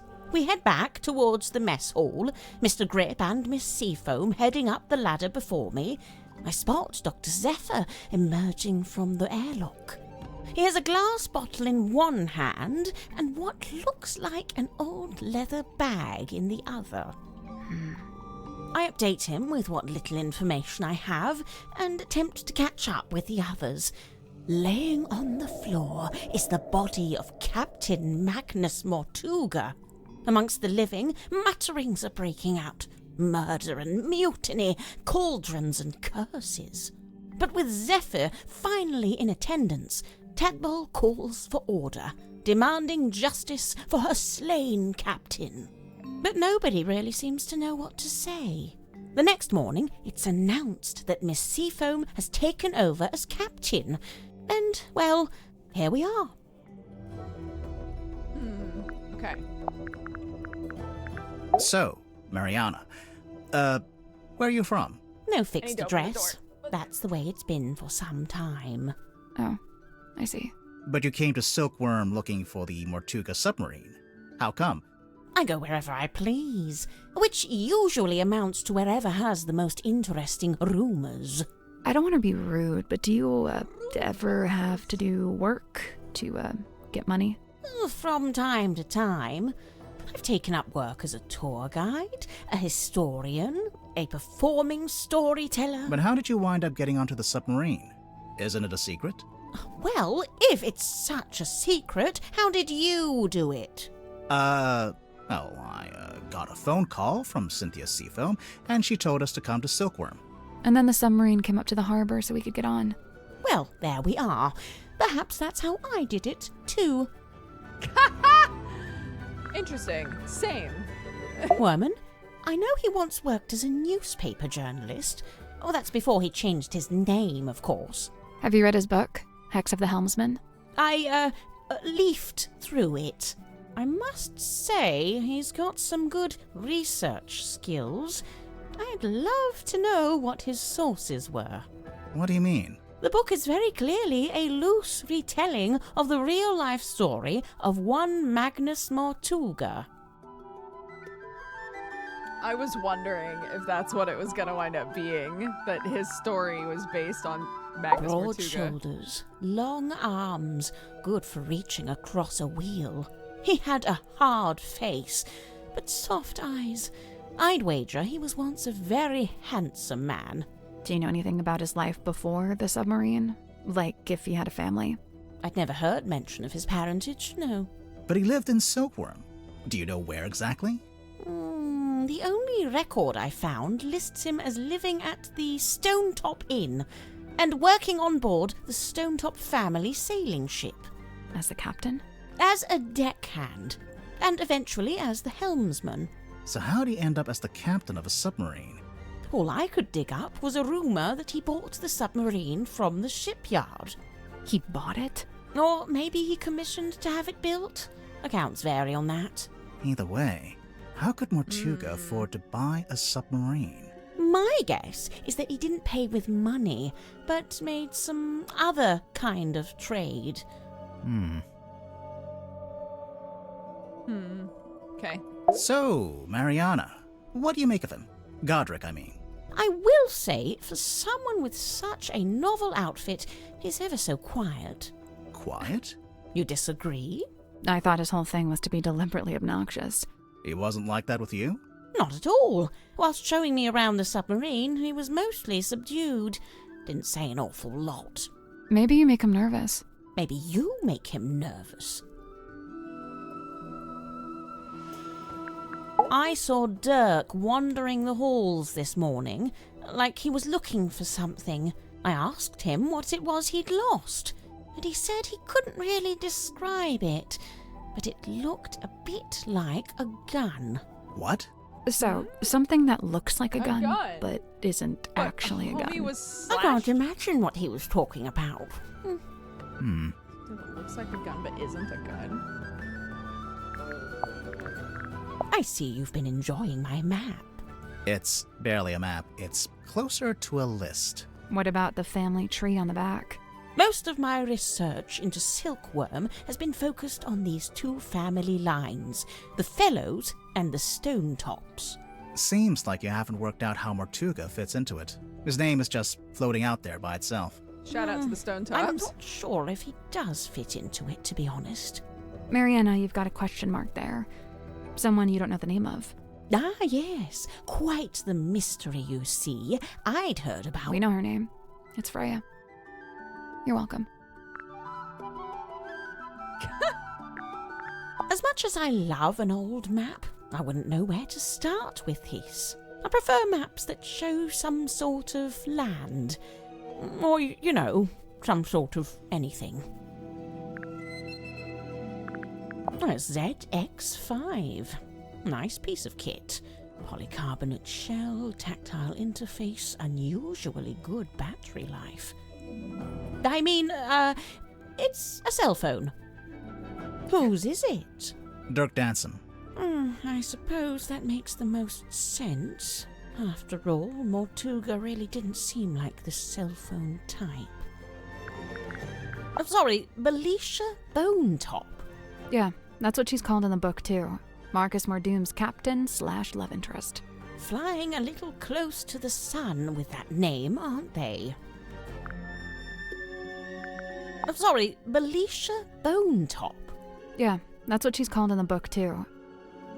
So probably Felicia Stonetop. It carries something of the cadaver about it. Might be the smell, rust and stagnant seawater. Perhaps it came from the ocean. Have you asked Madame Tadpole about it? This marks a pivotal moment in silkworm's history, the day the silver snake was discovered. It also shows the two women who found it. Felicia Stonetop, that's her on the left, and Yes, Sylvia Felicia Seafoam Stonetop! on the right. Hang on. We saw a statue about this in the town square, but on the statue, the serpent was shown being wrestled by a male fisherman. Yes, well, that's history for you. Okay, so Felicia Stonetop. There's only one thing more mysterious than a Is locked her, box. maybe? And that's an unlocked box that's been emptied of its contents. Did you ever come across the cauldron in your research? No, it really does seem to be something Mortuga's been keeping to himself. What do you make of those scratch marks? I'm not sure. They don't really look like anything made by an animal. That's a relief. Wait, is it? It's a piece of an old sail, roughly cut into a square. Yeah, thanks. Do you recognize this, Mariana? Should I?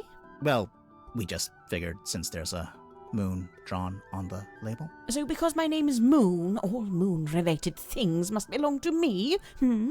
Even if it's not yours, do you have any idea what it is? It's a herbal compound of some kind. Valerian, skullcap, chamomile, and seawater. So, not poison. Maybe it's medicine. Would those herbs do anything in particular? I suppose it could be a sleep aid, like a mild sedative. Interesting. Let's see. Mariana, you visited Silkworm before, didn't you? Was Sim's magic show in the theater back then? No, when I passed through, the theatre wasn't showing anything. This very poster was up on the walls, but they'd covered it with a banner that said cancelled. So that must have been after Sim left. But before the theater had booked a new act. Did they ever book a new act? Mariana, can you tell us what these tablets are? Sorry, you were too far for me. Did they It's ever book a rather new more act? difficult when it's something synthetic like this. Some kind of vitamin supplement, I believe. All three of them? Yes, the 3 tablets seem largely to be the same thing. Hold on.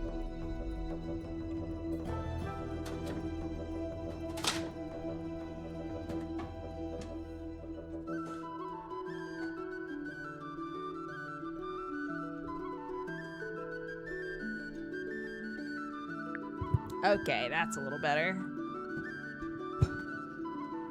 I'm standing up at my desk, but then you were too far away from me.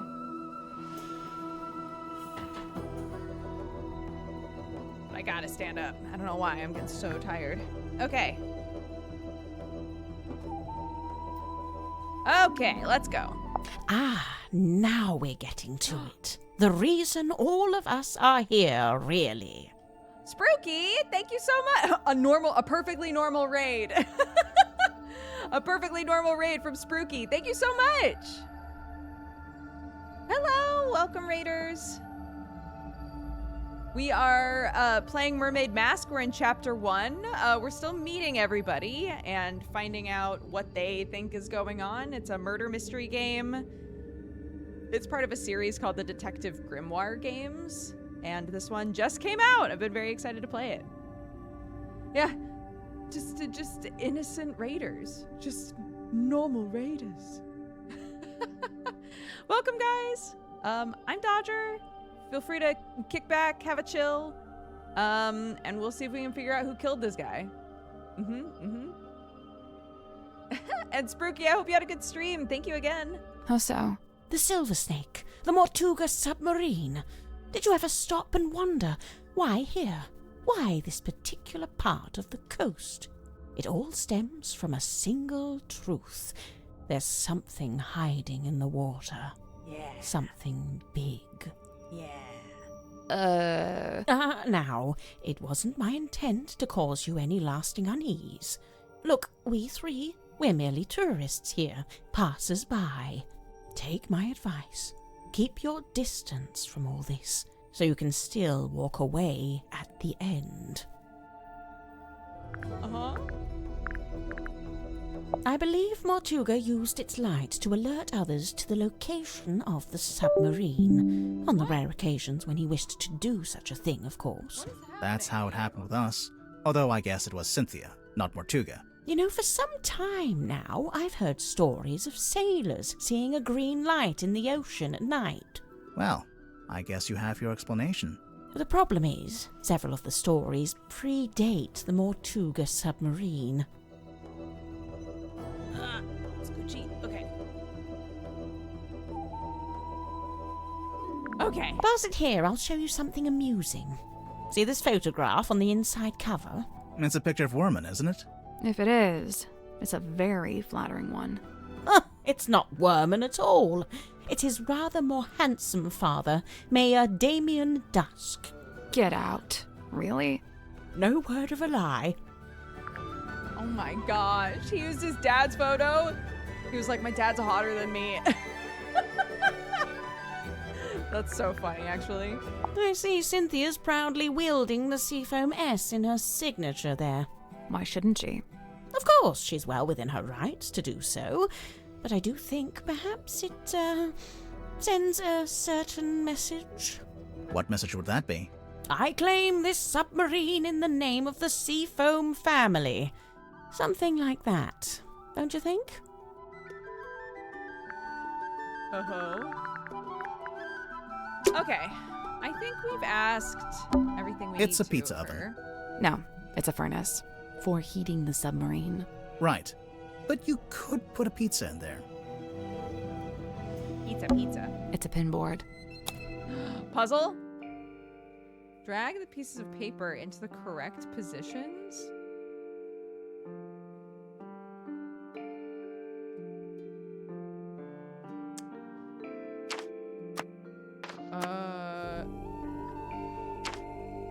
Like where they are?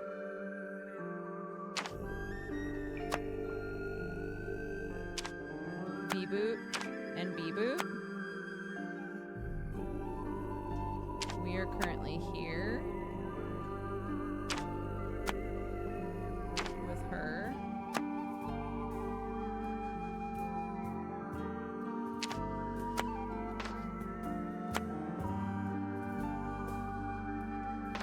He was there. He was there. He's there. Nope. So, there's a drawing of each of the suspects, one of Mortuga, and one of us too. Each one needs to be moved to the right place on the board. Yeah, I get that, man. I get that. I'll do this later. Yeah, I might need to do that in a bit. I need to figure out what that wants from us. Could we go up here? Yeah, let's see what this is, because we haven't been up there yet. Oh, this is where you live. That guy is staring at us. He sure is. I think we'd better talk to him before we touch any of his stuff. Fine. Hello, sir? Two strangers, emissaries from the world above. Yeah, hi. I'm Detective Grimoire, and this is Sally. State your business, and speak only the truth. Well, we're here on the request of the captain. Impossible. The captain is dead. Unless you received a missive from beyond the veil. I should have foreseen this, but now that I'm faced with it, it seems inevitable. No, sorry, she meant the new captain. Captain Sifo. Cynthia? She's asked us to investigate the murder of Magnus Mortuga. We have to talk to all the suspects. Speaking of, can I ask your name? Zacharias Zephyr, the Dream Doctor. A dream doctor? Word. I don't think I've met one of those before. That is correct. You have not. I alone hold the title.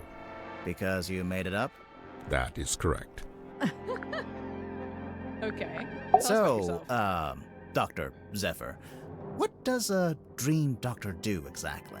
He studies the parapsychological qualities of dreams.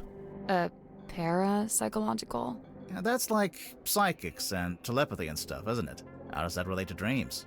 Dreams are transmissions comprised of spirit energy from another dimension. Oh, sure. I mean, that's common knowledge. What kind of other dimension? Spirit energy originates in the spirit realm, of course. Like the afterlife? That is but one of many names.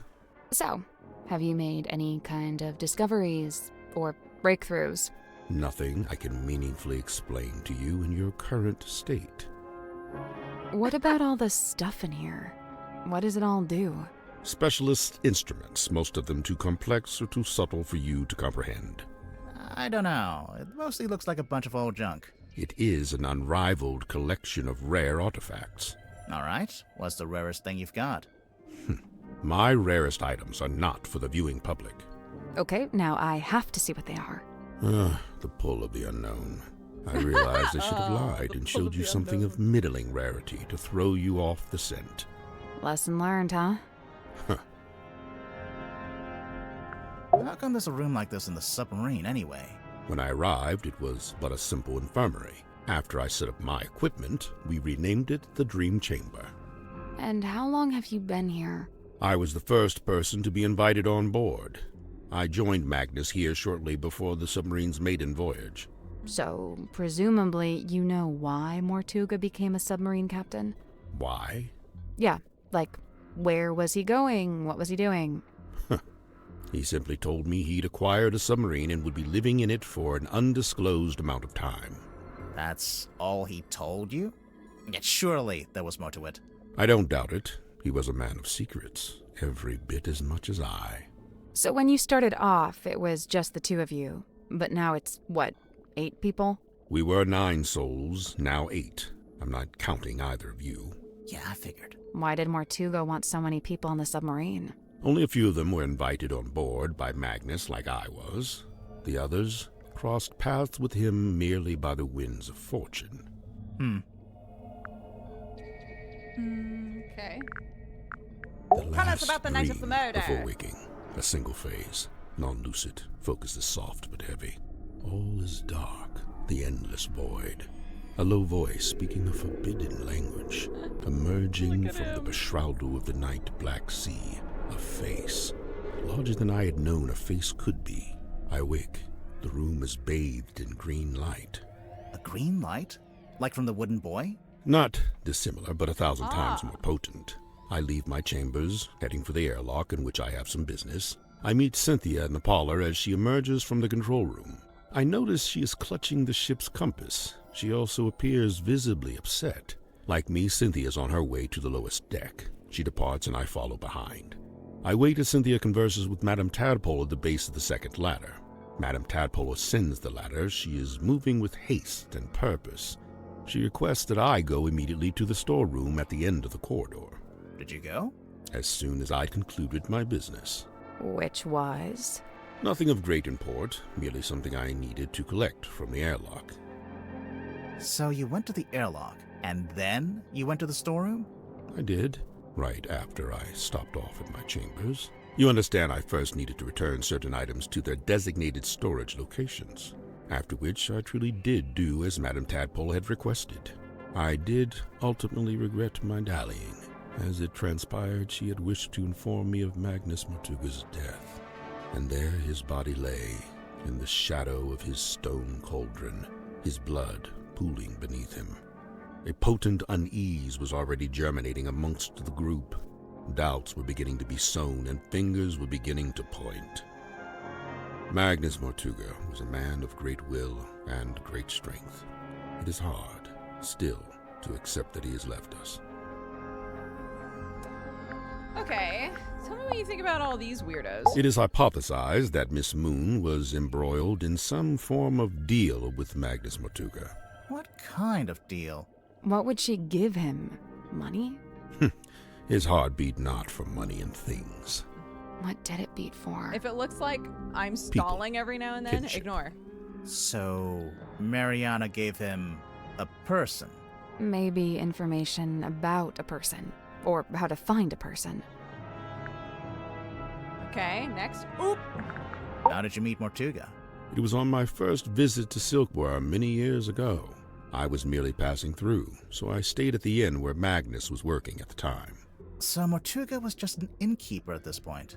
Not even. The innkeeper was a woman named Felicia Stonetop. Magnus merely worked under her charge.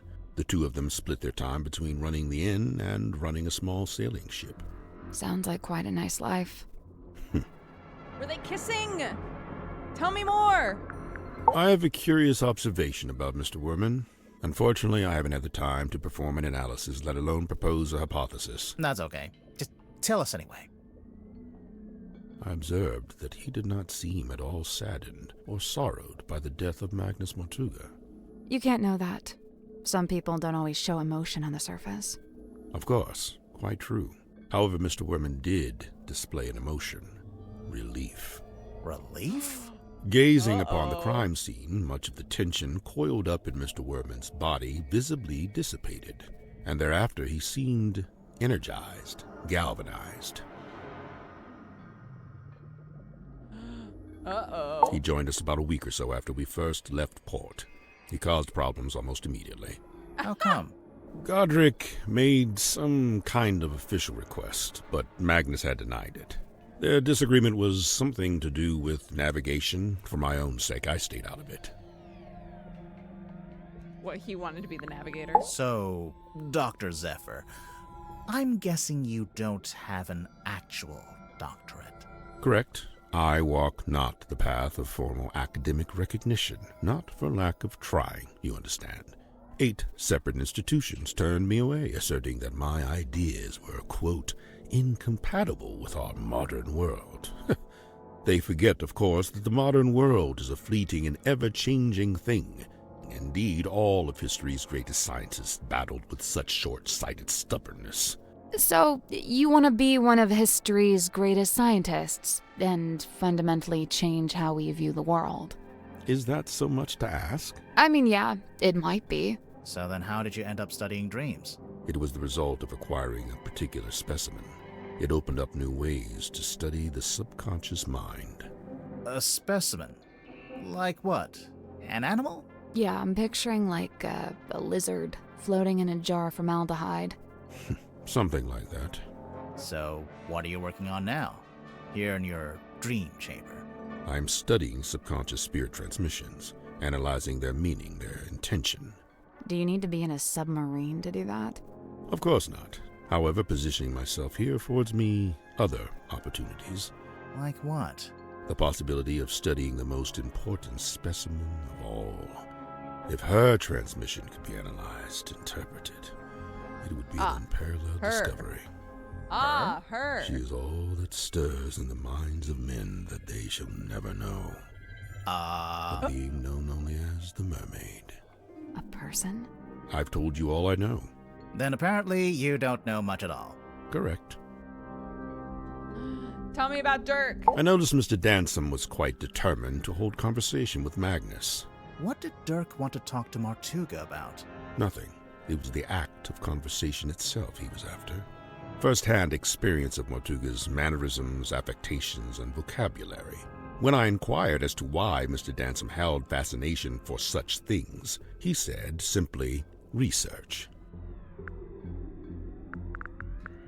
All right. Whew. Now onto the big list of clues. Somebody's been trying to piece together Silkworm's history by the looks of it. We noticed Martuga's on there, but his name's not connected to anyone else. Did he ever talk about his family? Or where he came from? He never spoke of his heritage, no. If only it hadn't been torn in two, then I could be sure. Of what? The branch of red coral at the base of the map. I'm wondering if that's the treasure you'd find if you traveled to the X marked in the center. I have no interest in such a device. It is merely the debris of an exoteric society. It holds no energy. Sure it does. It says right there. Battery 23%. Why is it still encased in polypropylene? Makes it more valuable to a collector. Surely you get it. You're a kind of collector, aren't you? I collect only one-of-a-kind items, and only those with significant provenance. Technically, this does have significant provenance, since it's owned by Dirk, and he's the actor who plays the character. Oh, yeah.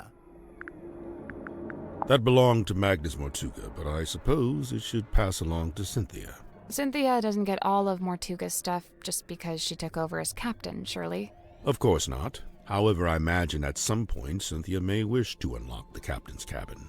She'd need a glass eyeball to do that? Naturally. Oh. While it holds the pretense of being an eyeball, in truth, it is a key. Oh. This is where I first eyeball learned about key. Miss The name has Silkmoth and her changed. residence at the Fortuna Hall Theater. This was after you'd started living in the submarine. Correct. So Mortuga had the newspaper on board with him. Only this solitary page. Yeah, okay. Before we left port on the submarine's maiden voyage, Magnus asked a favor of me. He wished for me to venture into the Stonetop Inn, collect this cauldron, and bring it on board. Why couldn't he do it himself? He'd have been strong enough, surely. I'm not sure exactly. I was already preparing to bring a large amount of heavy equipment on board. I suppose Magnus considered it logical to fold the cauldron into that set. Was it shut? And locked? Shut, locked, and covered with the sailcloth. Magnus never told me what he kept inside it, if that's what you're asking. It's the cloth that Magnus used to cover the cauldron, That's Why the would he need to circle keep it shape. covered? either to keep it away from prying eyes, or perhaps he concealed it for his own benefit. Dr. Zephyr, is this yours? I don't immediately recognize it. You sure? It really looks like something that'd belong to you. Of course, I do I really concede like that everyone's I have voices many in this similar game. bottles here They in all my have kind of dream a chamber, a so it's their wholly possible cadence that it matches, originated if in that my makes sense. collection. Nice answer. Totally non-committal. As good as they were, it was not Miss Silkmoth's politricks that interested me. Rather, I was interested in the base mindset they were a symptom of. In particular, her ruminations upon the great unknowns of life and death. There are clues to it, right here. Look at the choice of words. Unfathomable, inconceivable. And on the reverse, you need only look at the chosen subject matter for her newest work. It's a Grim Reaper. Bottled sunlight. It appears somebody's looking to protect themselves from vampires. There's no vampire on board, is there? Of course not. What about Mortuga? I'll admit, it was a rumor for a time. Oh? I believe this to be a depiction of a being known as the Mermaid. However, I've nothing to compare it with, as it's the only depiction I know of. It doesn't look much like a mermaid. It doesn't look much like anything, really, except for the fact it's got a face. At least, I think that's a face. Stories alluding to such a being were the reason I traveled to Silkworm in the first place. However, I was disappointed to discover that nobody in town seemed to know what I was talking about. It seems to be a secret held by only a very select few. How long has this been chained to the foredeck?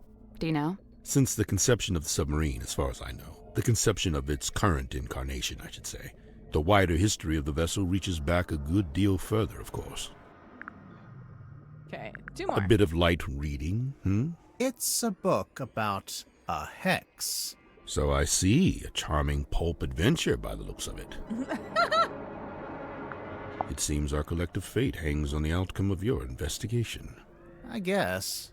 This is a good thing. It is high time for a shifting of the tides. What do you mean? There are too many souls aboard this ship, many of them seeking things they shall not find.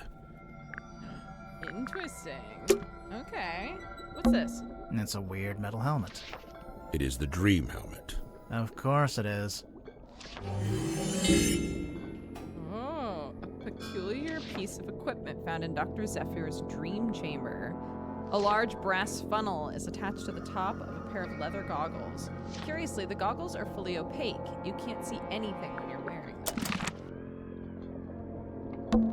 It's a weird crystal orb. It is the fog ball. The fog If you say ball. so. Strange glass ball found in the dream chamber. Something is swirling around inside of it.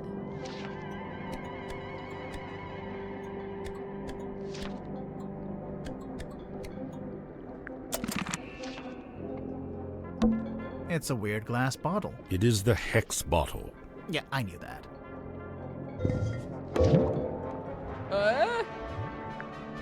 Shake it, shake it, shake it. A glass bottle with a strange object floating inside, found in the dream chamber. A subtle floral smell is gently emanating from within the bottle.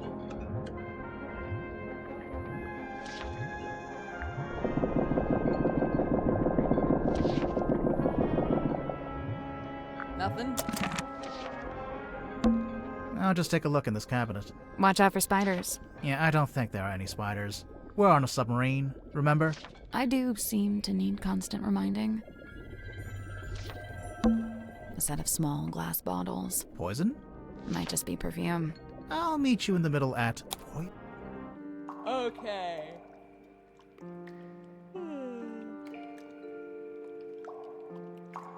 A crimson hue on the label. Exhales a curious vapor. A conspicuous X on the label.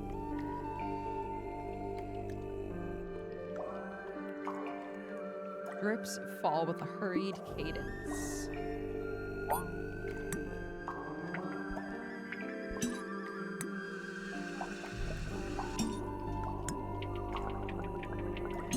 Okay, it could be that. Oh.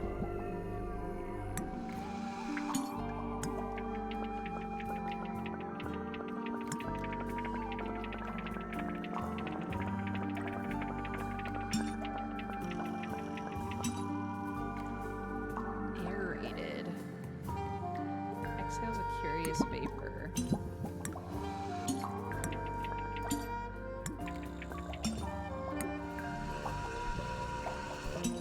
I guess that has to be that one.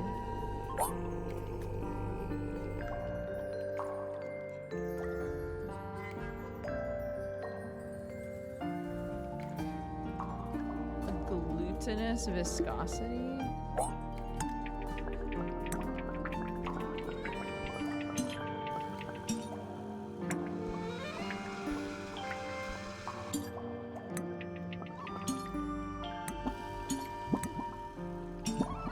This, I guess?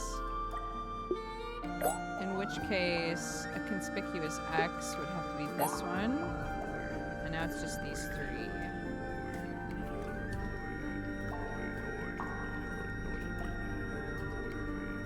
Drips fall with a hurried cadence. A crimson hue on the label.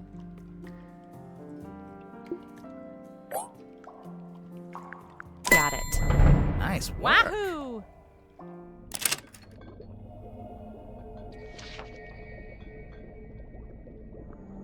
Dodger's pretty quiet compared to the game. Sorry, I also keep, like, stepping away from the microphone a little bit. Is anything going to happen? Oh? The glass moved. Let's take a closer look at that bookshelf. This one's not really a book. Looks more like a magazine. Oh, Caretaker's Collective. Lillian Lucian was a witch of some infamy before her untimely end at the hands of a curse. Some say the locket protects from curses, others suggest it absorbs them, imbibing their power. The disembodied skull of the mysterious silkworm serpent. Notably, it has no eye sockets. Use discretion, as several high-quality fakers are in circulation. Made from an unknown material 90% similar to gold, the hand is said to be able to touch ghosts. Said to facilitate communication with she who lies beyond the veil. Requires a special key to operate, but the key and the mermaid tongue itself are rumored to be lost at sea. Oh, good.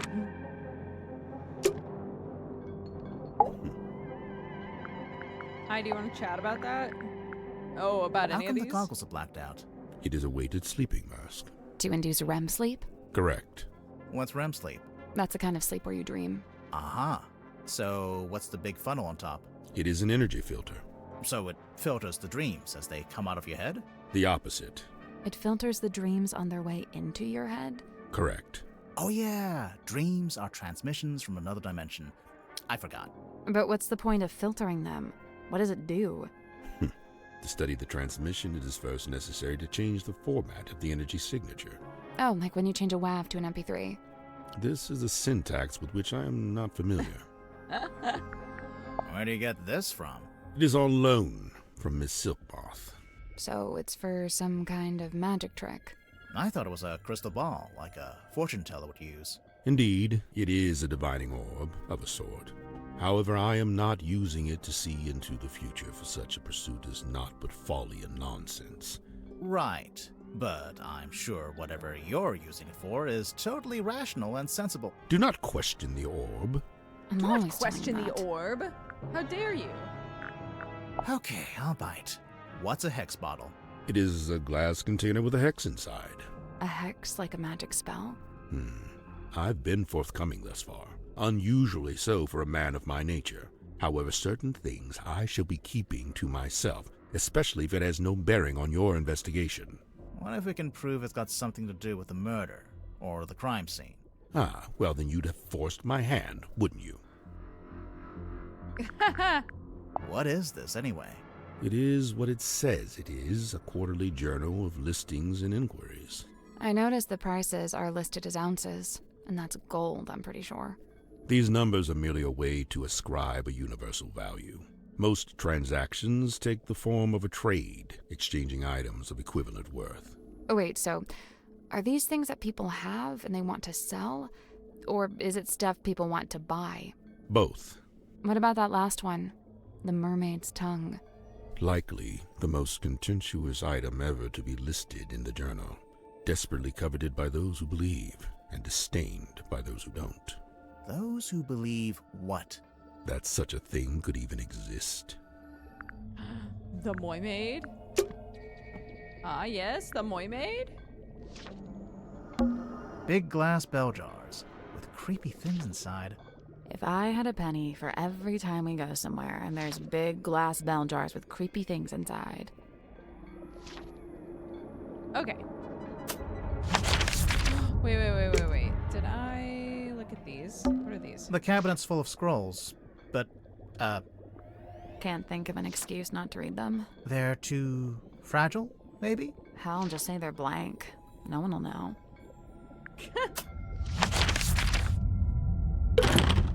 Locked.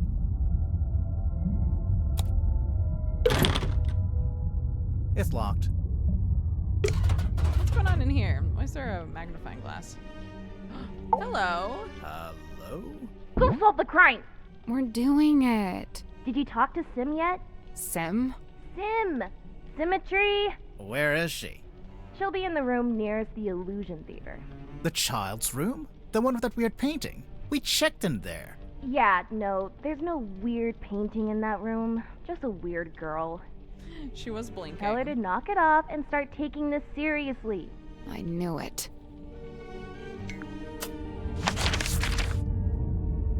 Okay. Let's go here first. And meet Tadpole, because I think then we'll have met everybody. Sally, how do you feel about swimming? Nope, not happening. It's a treasure chest. We can't reach it while it's underwater. What a tease. Okay. Hello. Hey, it's me, Madam Tadpole. Yep, that's my name. First question. Go. Are you a mermaid, or what's the deal? Great question. Half mermaid. The top half, obviously. From the waist up, all mermaid. And as you can see, I have the legs of an ordinary human woman. An ordinary human woman? Who happens to be an Olympic-level swimmer. Ah. Second question. Go. Tell us So, about Madam yourself. Tadpole, you're a professional swimmer? Or a professional mermaid? I'm not a professional anything, not anymore. I'm done with all that. Do you have gills? Nope, it's a tattoo. Sorry to disappoint. It's cool. Why'd you get it? I've always been real good at holding my breath underwater, like scary good. The other kids used to call me Fish Girl. Ah, kids can be mean. I'd say they had it right. How come you're here on the submarine? Okay, so I like to go diving. In the sea, deep. Oh, like with an oxygen tank and a mask? No. I don't use any of that stuff. Anyway, so one time I went too deep. I wasn't going to come back up. I was pretty much done for. Somehow Magnus found me, pulled me into his submarine. He brought me back. I owe him my life. Wait, so are you from Silkworm? Were you living in the town? Nope, I'm from far away. Then how come you were diving into this bit of ocean? Oh, well, yeah, I was visiting the town. For work. What kind of work? Performance art. Suspicious. Kinda. Uh-huh. Like I said, I'm done with all that. Suspicious. So, Mortuga saved you from drowning, and you just decided to stay? It's where I belong. The ocean. I had my fill of living on land. I've got no interest in going back. Okay. Looks like you've made yourself I pretty know, comfortable chat's down so here. weak Magnus to a big offered me woman. one of the bunk rooms, but I turned him down. And yeah, over time, I turned the airlock into a nice little home for myself. Where did you get all this stuff? The mirrors, the bottles. Shipwrecks, shipping containers, you name it. If it falls into the ocean, I consider it fair game. You go swimming out in the actual ocean. Course. Isn't it cold? And what about the water pressure? What about him? That's for other people to worry about. So, Tadpole's how do built you get out different. into the sea? Or do you just go from up on deck? See that hole in the middle of the room? Leads down into a big old water tank with a door that leads outside. I go out into the ocean every single day. Jeez, I'm impressed. Like I said, this is where I belong. How long have you been living here? I stopped worrying about times and dates. It doesn't mean much down here. But I know I arrived after Sim and before Dirk. Do you get on with the other suspects? Oh, sure. It's a nice group. I was closest with Magnus, though. He was one of a kind. When are they gonna have us make a timeline of when people showed up? I remember the sub did a weird kind of tilt. Don't know what it was, but anyway, it woke me up. So yeah, I'm trying to go back to sleep, but I can't because now there's all these footsteps outside my room. I get up and check outside. Nothing. So I check the bilge. Was anyone in there? No, but something's dripping into the water. I get a closer look, and it's blood coming through the drain that connects to the room above. So I head up there to check. The door's locked. I open it up. You unlocked it? How? By turning the wheel. So, okay, I guess it's not really locked. More like shut. Could anyone turn that wheel? Probably not. It takes some upper body strength. I go inside, and that's when I find him. Dead. Killed, looks like. I get angry. I'm out for revenge. I gotta find the guy who did it. So I run to the mess hall. Nobody. Climb up to the parlor. Nobody. Then I notice the hatch up to the foredeck was left open. Someone's making an escape, I think. Cowardly. I go up on deck. Nobody. I look across to the aft deck. Let me guess. Nobody. Nah, there was a demon. Yep. Glowing eyes, single horn coming out of the head, like an antler, kind of. Was it a person? I don't know, maybe. It was dark. I could only really make out the eyes, and it wasn't looking at me. It was looking out to the side, at the ocean, I guess. Then it starts talking. What did it say? No idea. Alien language. What? Okay, even I'm making notes now. This is the best statement we ever got.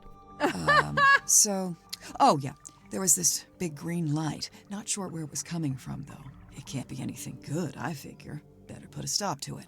So I took one of the oars off the old rowing boat and threw it. Hard. Direct hit. Its head came off, pretty sure. I saw it fall into the ocean. Suspect What? vanquishes demon with improvised javelin. After that, the green glow went away, so now it's too dark to see anything.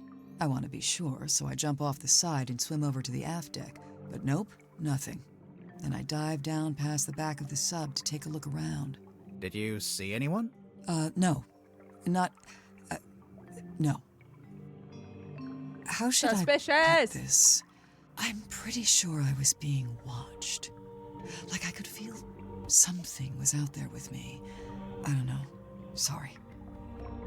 Did you ever find the head of the demon or whatever it was? You said it fell into the ocean. Oh, yeah. I did, actually. It was right there, floating in the water. Turns out it was this leather mask kind of thing. A mask? Like a full head mask, you know, kind of like a balaclava. Do you still have it? Nope. I took it back inside the submarine, left it right here in the airlock, and, it's gone. I think it got stolen. And Zephyr That's, took it. Disappointing. Tadpole, Zephyr you didn't took finish your it. Oh my statement. god. Right. I left the airlock, told Cynthia to gather up the others and come up to the storeroom. Zephyr was in the mess hall. I told him to come too. So I go to the storeroom. Dirk's there with Werman and Sim. Everyone else shows up shortly after. So, you all gathered at the crime scene. What happened? Nobody wanted to admit to murder, so it was a bit of a stalemate. Most of the others made excuses and scurried off. Zephyr, Grip, and I stayed behind.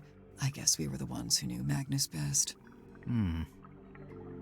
That's it. Story's over. Get out of here. Miss Tadpole, you said you were an Olympic-level swimmer. Oh, sure. They never let me compete, though. I got banned way back when I used to swim in regionals. Why? What did you do? Nothing. They just decided I had certain physical abnormalities that made it unfair to the other swimmers. That kind of sucks.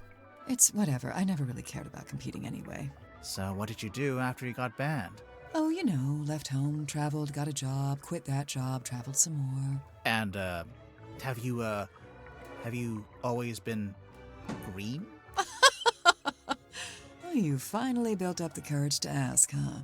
No, it was a reaction to some chemicals we used in a little water tank I used to swim in. The doctor said it's reversible, but I couldn't afford the treatment, so yeah, I'm green. Okay. Now, when Werman got here, that's when things got interesting. Why? Because he's a famous author? Oh no, I don't care about that. I don't read pulp literature. Oh, right. Then what's so interesting? Okay, so Werman's from Silkworm, just like Mortuga. And after he arrived on the submarine, Mortuga spent a lot of time talking with him. Wait, you think they knew each other from before? From when they both lived in the town? No, but I do think they share a connection. Like maybe they have a mutual friend or A something? familial Something like connection. that. Then it seems like Mortuga would have wanted Werman on the submarine if he had something to gain from it, even if it was just information. What information, though? What was Mortuga trying to find out?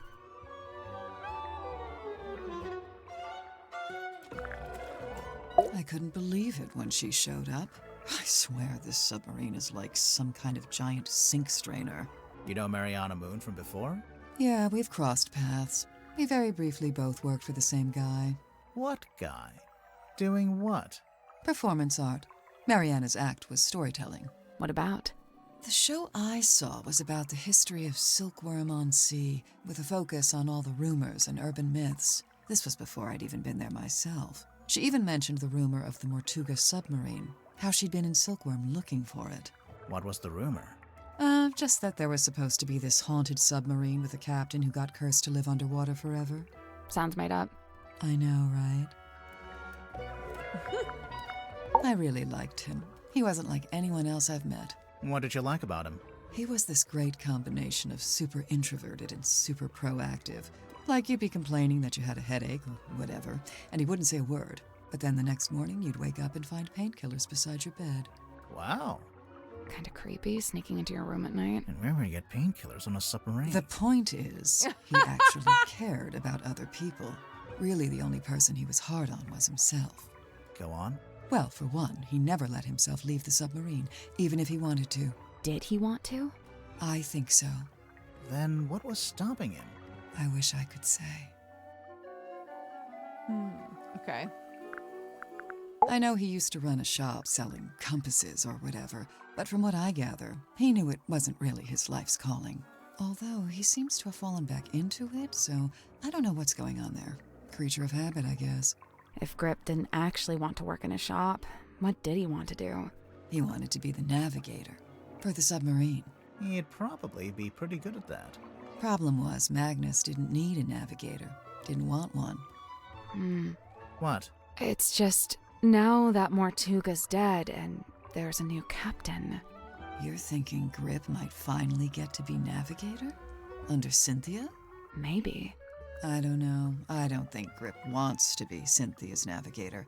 I think he wanted to be Mortuga's navigator. Aww. Yeah, Zephyr and I had a little falling out. Over what? Something to do with his experiments? In theory, I really don't care what he does in his lab. I just didn't like that he dragged Sim into it. What do you mean? When I first got here, Sim was working for Zephyr in the Dream Chamber. What were they working on? Researching dreams, I guess? Well, sure, that was part of it. They even had Mortuga as a test subject at one point. They were researching Mortuga's dreams? Look, it's not the dreams that were the problem. It's the communicating with spirits from the other world stuff. Oh, like talking with the afterlife. Zephyr's a grown man. If he wants to research that stuff, he's free to do so. But Sim's still young. I didn't want her getting misled, so I put a stop to it. How? I made Zephyr tell Sim he didn't need her anymore. Ouch. It's for the best. Uh-oh. Dirk's got a little crush Sim's the on only me, one we pretty haven't met, I sure. think. Cute. He's a good egg, but he's not my type. I don't go in for the Boy Scout look. Now, if he grew a beard, then I'd be open for negotiation. Sure, I could see that. Sorry, could we maybe talk about something more relevant? No. Do you recognize any of these objects? The mermaid's tongue, rumored to be lost at sea. You've heard of it? Tadpole? Oh, no, not by name. Maybe Zephyr was trying to get hold of it. Yeah, maybe he was.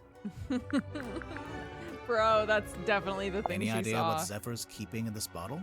Whatever it is, he dumps it into the ocean every single night. What? What do you mean? Every evening, he comes by the airlock and empties the bottle into the water tank below. And the water tank leads out into the ocean. Yeah, and then each morning he comes by with the empty bottle and fills it back up again. Why? What's he doing?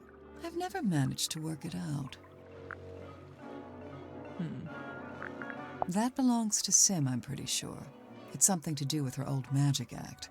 You might be right, but we found it in Zephyr's dream chamber. Still? I told him to give all her stuff back. I'll have to have a word with him. This pattern looks a bit like a dream catcher. What's a dream catcher? It's something you hang in your bedroom window when you're a teenage girl. Bingo. I see. Silkworm on sea. Let's see. Magnus, Grip, Worman, Cynthia. Oh, and Sim. Those 5 are from the town. Or they lived there for a while at least. You think they all knew each other from before the submarine? Magnus and Grip knew each other, I think. They lived opposite, see? Oh, yeah.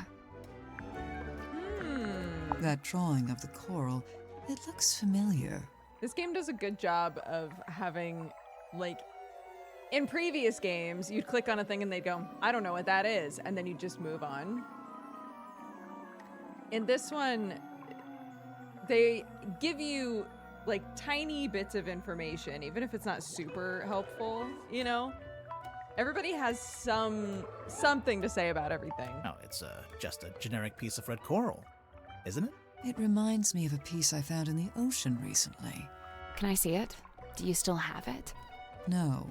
Great.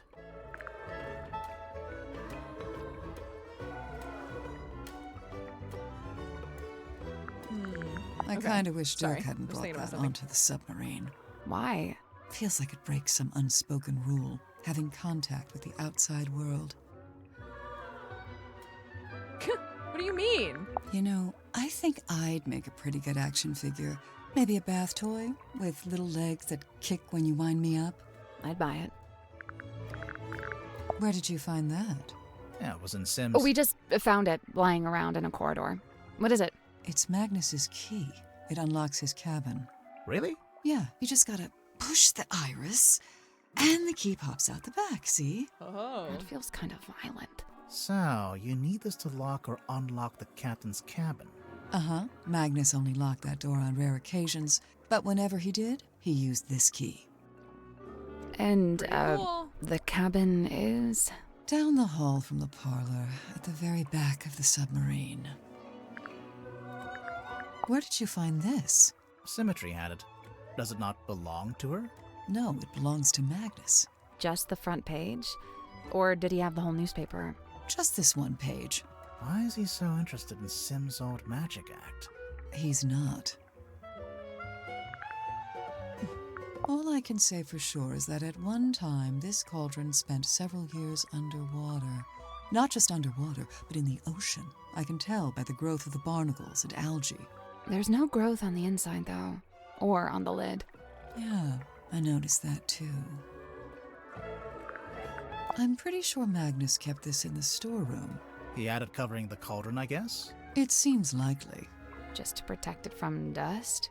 Or maybe he was specifically keeping it hidden. This was on the floor of the crime scene. Do you know what it is? Poison, maybe? We don't know that. We don't know what it is. Doesn't make any sense for it to be poison. Magnus was killed with a blade, something sharp. Right, but there wasn't anything like that at the crime scene. Well, then it must be somewhere else. I saw posters just like this up on the walls in Fortuna Hall. You went to see Symmetry's show? No, by the time I came through the town, she'd already left. But her posters were still up. Yeah, the owner was scrambling to find something new. I don't think she wanted to admit she'd lost her star act. The theater owner, that's Baroness Fortuna? That's her. And did she ever find a new show? No. It didn't work out. What didn't work out? Turk tried to get me to take these. He's convinced we've all got a vitamin D deficiency. He said that's why everyone on the submarine is, in his words, moody and weird. You might be onto something there. What? I feel like I know what this is. The thing in the painting. You've seen it? Not seen it. More like felt it. I'm pretty sure it's out there. Maybe even right now. Should we be worried about this? That's up to you. Magnus wouldn't bring this inside the submarine, but he didn't seem to want to get rid of it either. So, it must have some kind of purpose. We already know what it does. We saw it on the way in. It shines a big green light so you know where to go to find the submarine. So the main character is inspired by Magnus Mortuga? I think so. But Werman changed his name to Marcus Mordu. Nice. Real subtle. Cynthia had to ask my help when writing this up. She wanted to put Magnus's age, but she didn't know it. How come you did? He and I were friends. I was really trying to get to know him. Sounds like that might have been kind of an uphill struggle. Yeah, he didn't really like to talk about himself. Okay. It's a collection of small mirrors. You know, it might be fun to start a mirror collection. I could really see myself doing that. What about this? Is this the puzzle? It's a ladder. It doesn't go anywhere, though. I imagine it's for lowering into the hole so you can climb down. Oh. Or, you know, you could use it to display your collection of rusty jewelry. Looks like a jellyfish. It's 2 glass bowls and some seashells. Right. But what does it look like? Jellyfish. There's a puzzle in every room. Old glass bottles. Looks like they've all been salvaged from the ocean. Hey, this one has a message inside. Oh? Curse in the cauldron. A small room within the bowels of the ship. His lifeless body lies in the shadow of an ancient stone cauldron. The cauldron's heavy iron lid has never been unlocked. It has never been opened. For all his strength, he ultimately proved powerless against the lure of the unknown. On this morning, the cauldron has been unlocked. On this morning, it is wide open. That's him dead. That's the cauldron open and him dead. It's a diving helmet. One of those old, heavy ones. You think it's a safe? Nah, looks pretty dangerous. A safe. Oh! Maybe. Oh, gosh.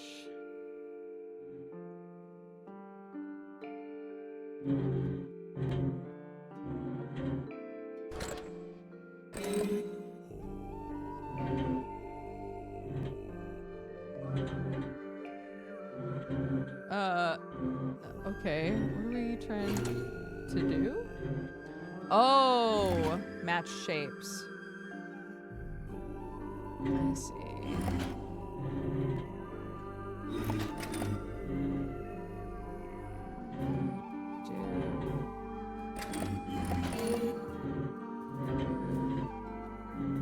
Nope, it's not that.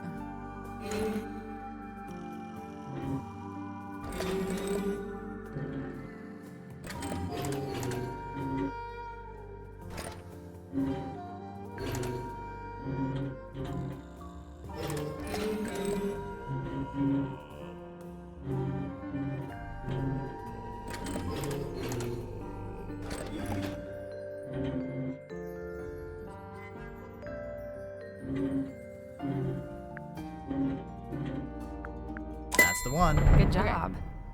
Couldn't tell if I was missing some of them. What's inside?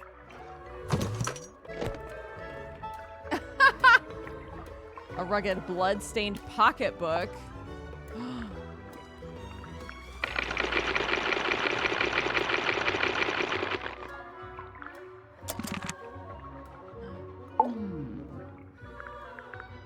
Hi. what can you Hands tell us off. about It's this? mine.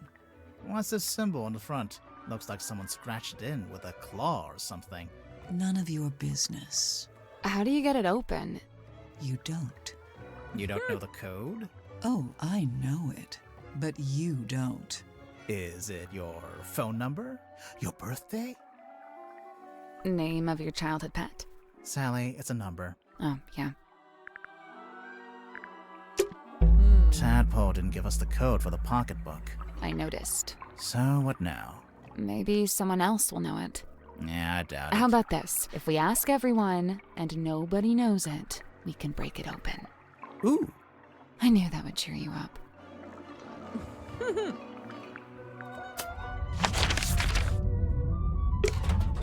Okay. The bilge. It's almost pitch black in here. I'm guessing you didn't bring a flashlight.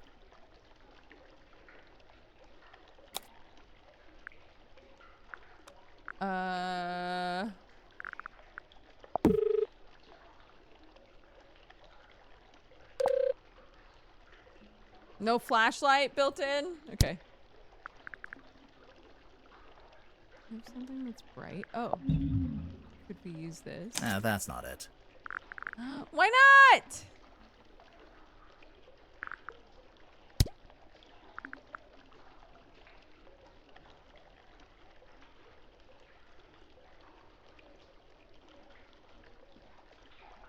What? Something we can use as a flashlight? I don't think so. Is there?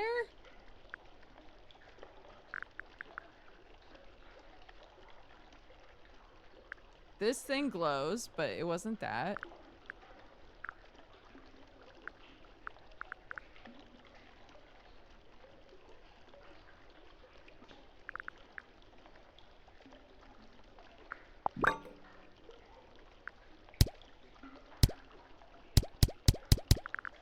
Hmm.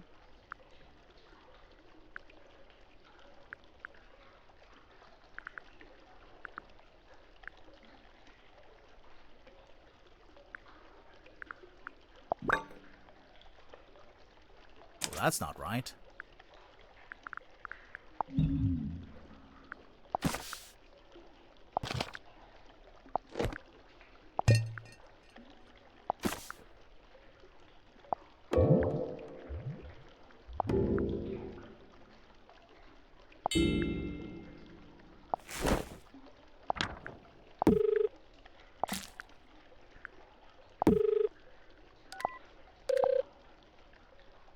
We can use Dirk's cell phone. Oh, it was the right Do answer. you think he'll mind? Probably not. Point it here. Here? No, not there. Over here. Like this? Come on, You're man. doing it wrong. Point it over here. Over here? A switch. See? I knew what I was doing. Dumb luck. It looks like some kind of dial.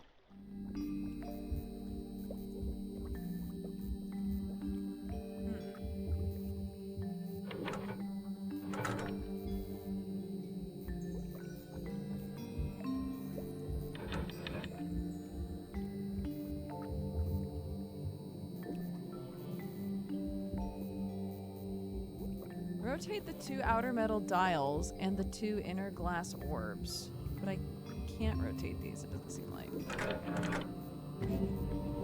Oh.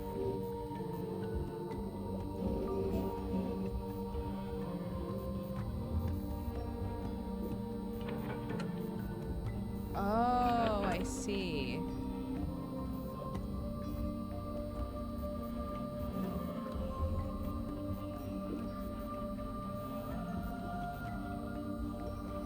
That's one. And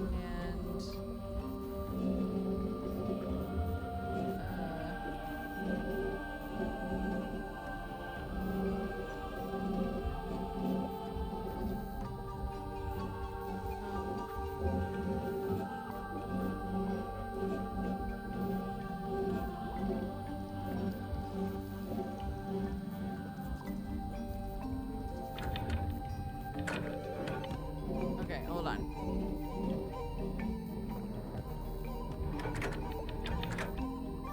I did it. Good Okay. job.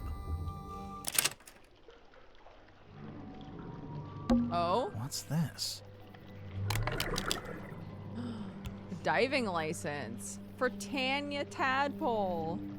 Tapdole. Tanya Tapdole.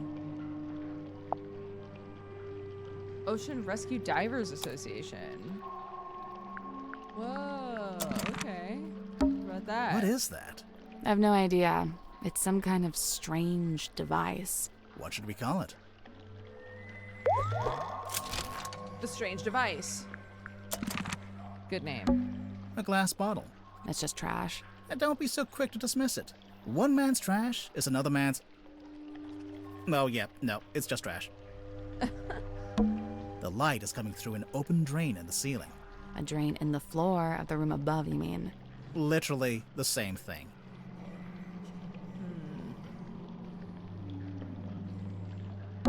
Yeah, this room smells like rust and dirty seawater. I kind of like it. I knew you were gonna say that. You always like the worst smells. Okay. So we can go back here and meet Sim, most likely.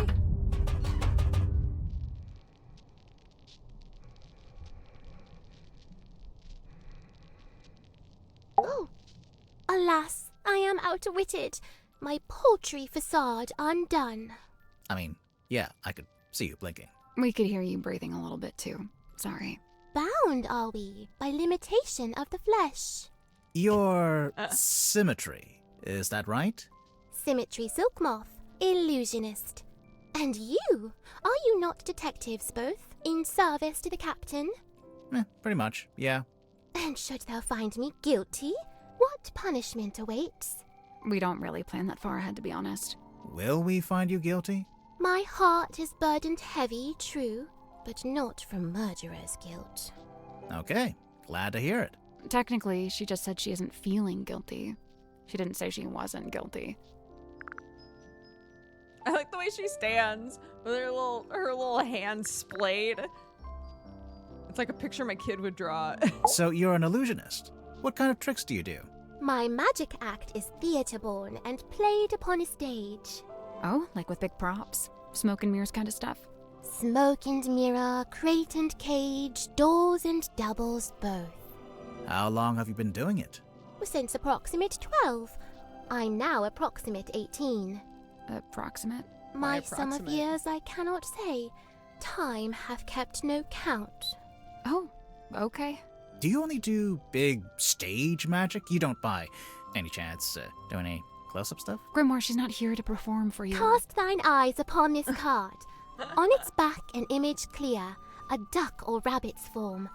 Think hard and choose with steady mind, and I'll predict the course of fate. Oh, think hard. Choose with steady mind. Check the case file. Oh.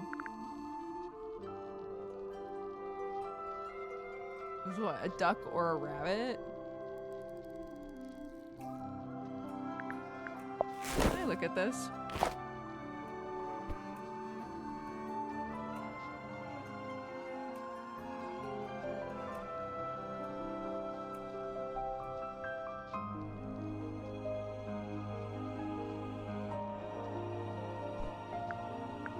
Think hard and choose with steady mind, and I'll predict the course of fate.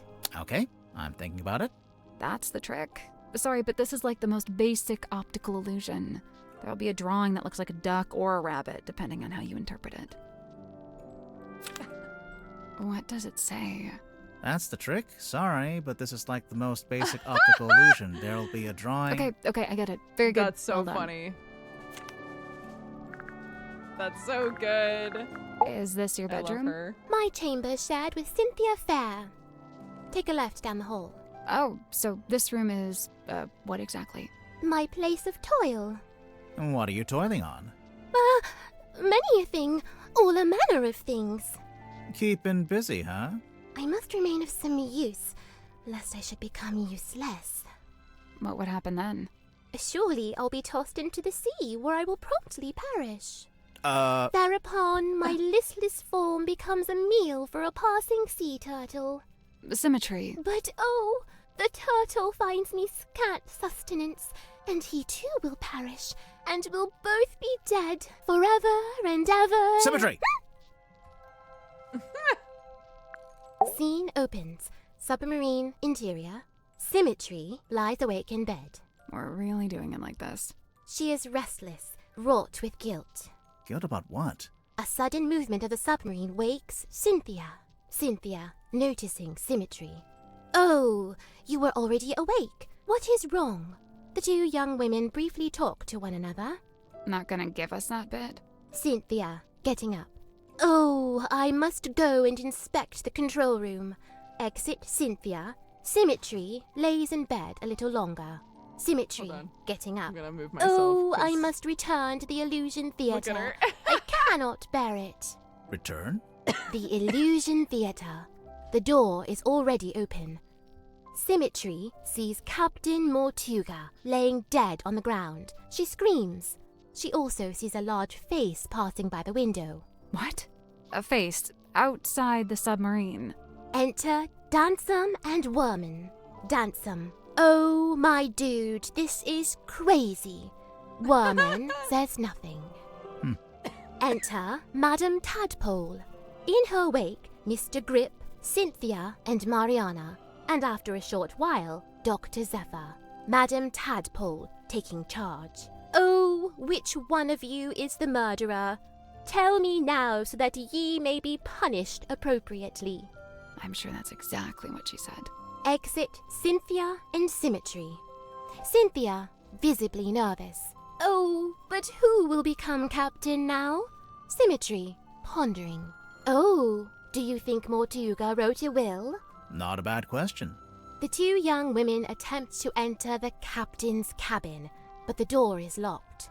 They decide to visit the control room instead.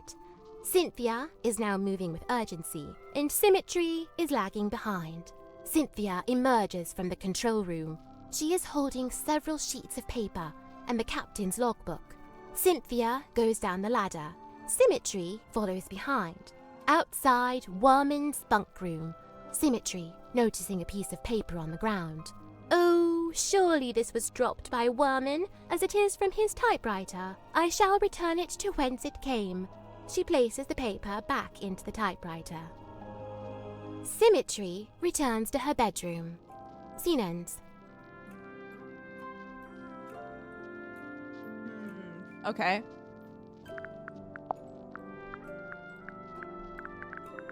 Likened to the orchard oak, sturdy, stout, and towering tall, but bears she a quietsome grace, like a windless night on sail still sea.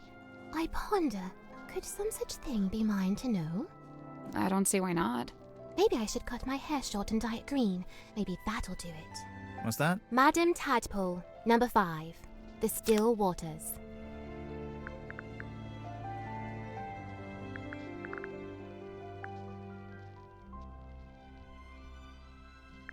Hiding a dangerous secret. He'd dreamt our ship some boisterous boat, where tensions flowed and tempers boil. Alas, upon inspection showed, our home fell plenty short. Still he yearned for storm to swell, for keel to list, for sail to sway. He was waiting for something to happen. Something did happen. The captain was murdered. And crime dark scene, but consequently came the freshest focus for his ever ponderous gaze. James Worman, number 7. The Empty Inkwell. I was covering stuff up on the left, too, unfortunately. I need to be smaller.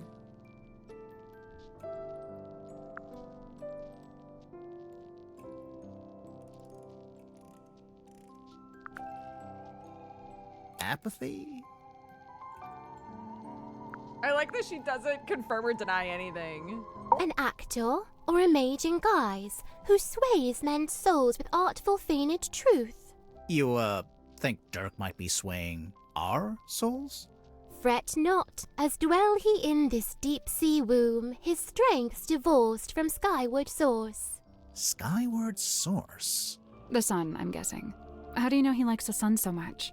Alone he's oft espied, atop our ship, and stood enrobed in warmer light. Dirk goes up on deck a lot, huh? By himself, I wonder. Dirk Dansom, number 8, the Shiny Penny.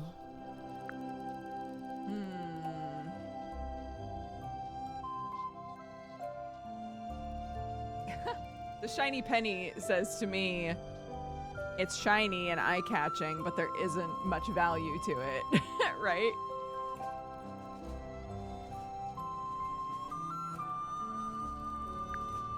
A fresh start.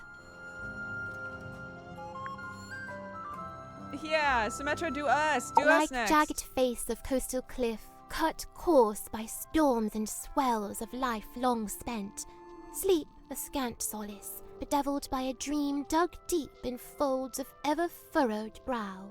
His broad form stood, once ox-strong and stout, now more malediction than man, doomed to dwell down in the dark, the once light of a life once lived, now too luminous to look upon.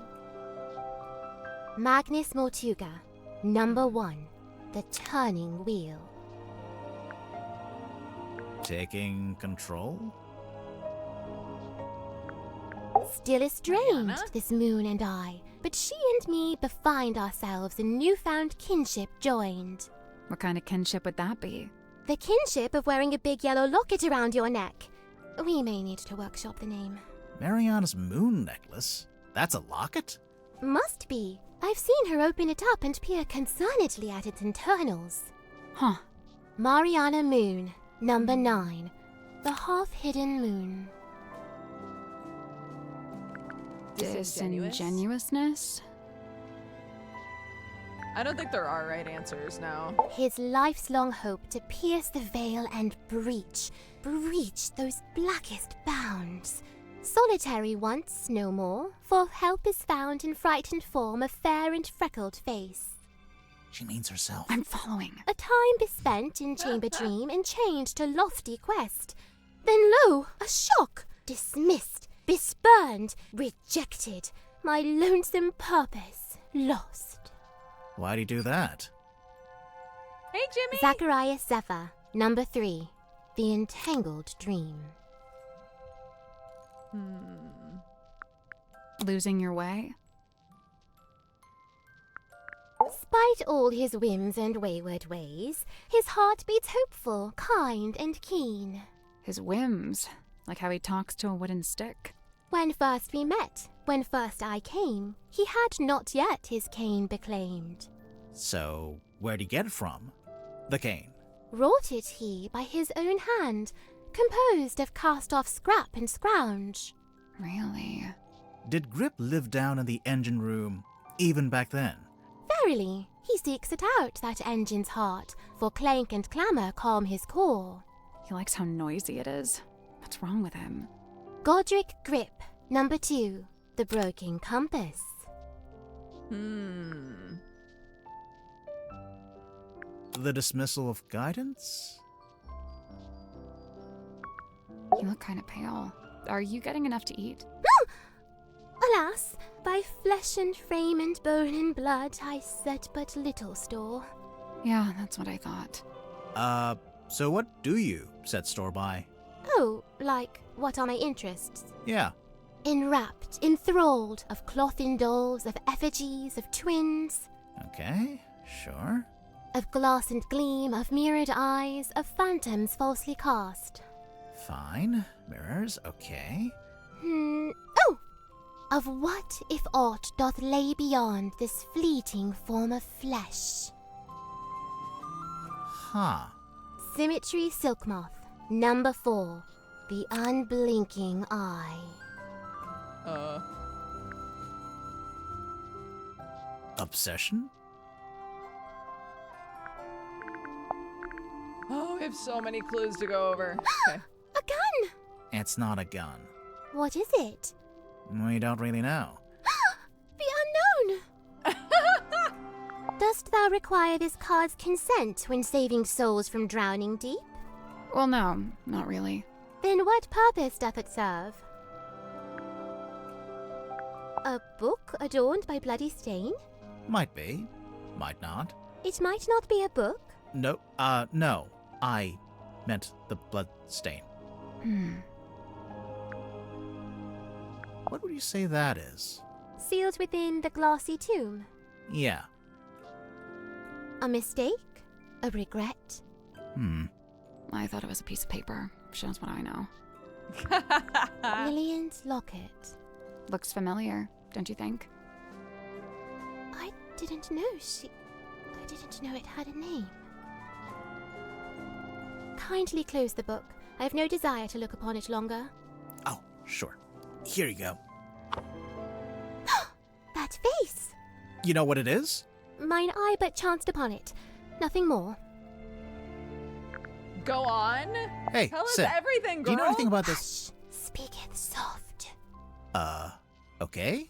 Do you know anything about this? Nay!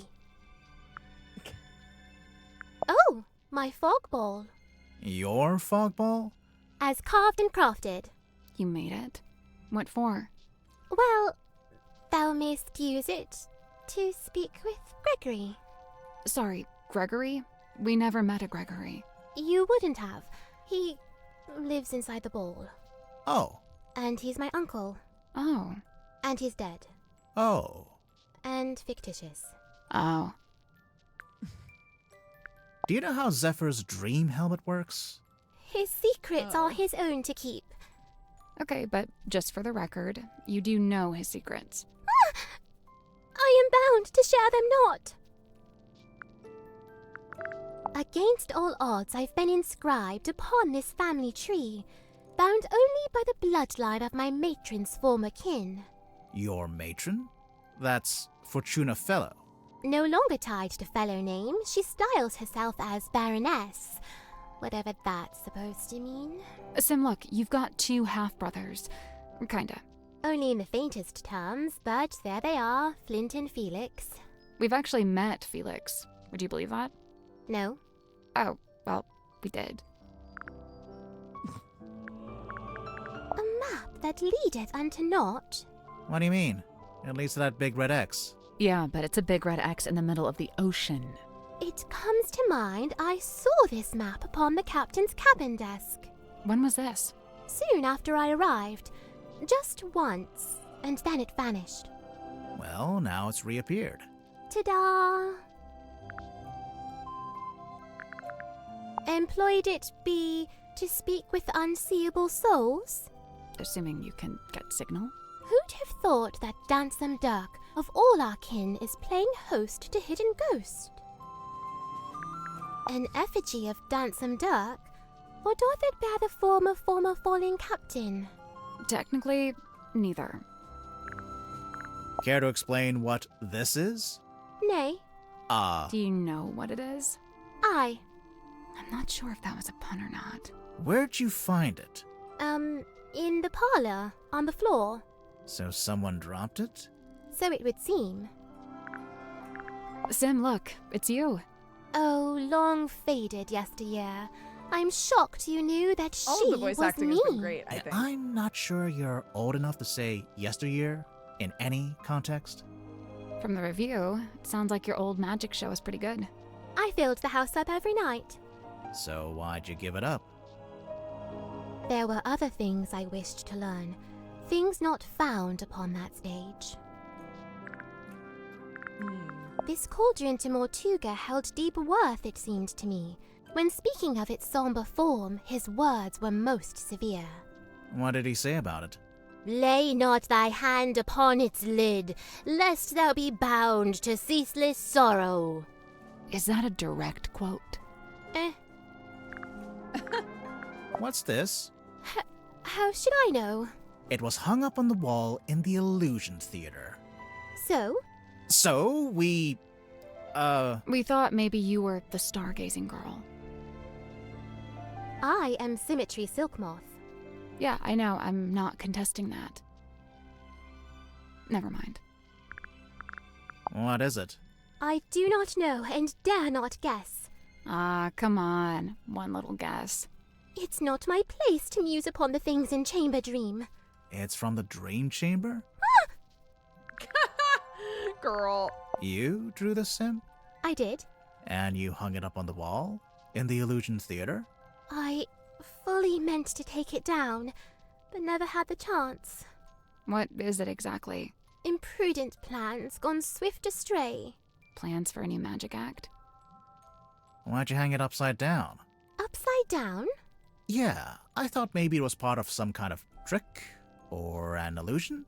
I didn't hang it upside down. I hung it right side up. Really? Why would someone bring along a bottled form of sun? Sunlight's good for you. Vitamin D, I guess. What does it do? All kinds of stuff. If you don't get enough, it makes you sad. You know how people tend to be happier in summer and sadder in winter? Silkworm sun is scantly seen, even in a summer sky. I swear, sometimes she just gets lucky with the alliteration. I find it hard to look away. Her flicker flame doth draw me in, and I am merest moth. What is it? Some kind of monster from the bottom of the ocean? No, not of the sea. She's of an even darker place. The fate awaiting guilty hearts once they are condemned. What? You get turned into a weird little wooden goblin head? Nay, bound in chains upon the deck and pulled along beside the ship. Oh, jeez. She's not serious. I don't think. Oh, I'm reading this myself. Oh, cool. Hey, did you like the bit where... I am but midway through. Prithee, spoil it not. Right, sorry. Prithee, spoil it not. The letter in fair Cynthia's hand, a plan devised by her and her alone. The plan being... Why, to hire a sleuth to seek the truth. That's us. Couple of sleuths seeking the truth. I implore, unravel swift this tangled tale, and name the knave ere further harm befall. Further harm befall who? With former captain slain, I feared the new be target too. I wonder if Grip would let us take a closer look at that cane of his. Can't hurt to ask. Sure, let's go. Oh?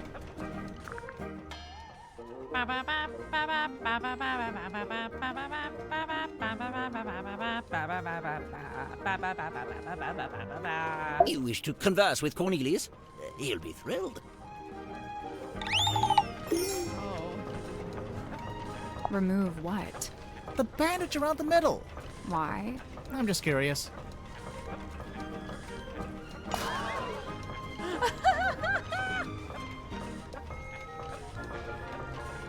Oh.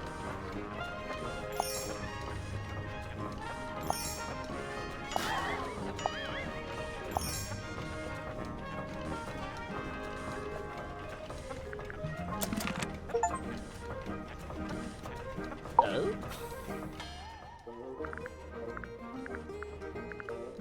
Okay.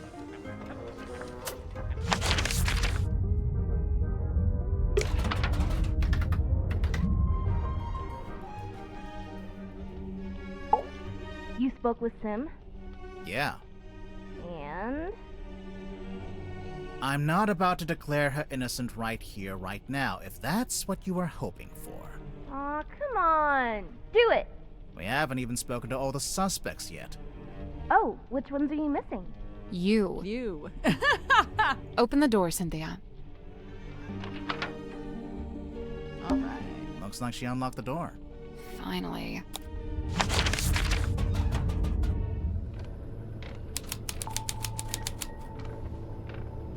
Oh. There's even an arts and crafts table. It's a normal table. Currently being used for arts and crafts. Strange blueprint found in the control room. Okay. Ah, the ship's wheel. Don't touch it. I won't. That was not convincing.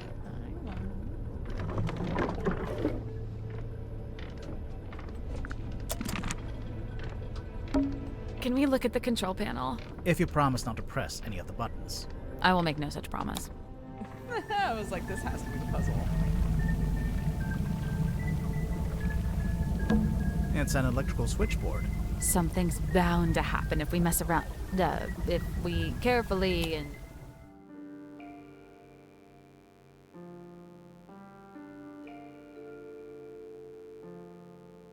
Oh, so this is the shape we're trying to make. Oh, weird. Okay.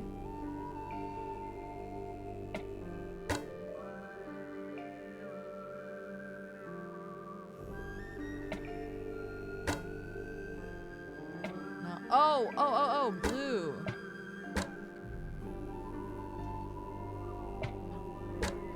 What?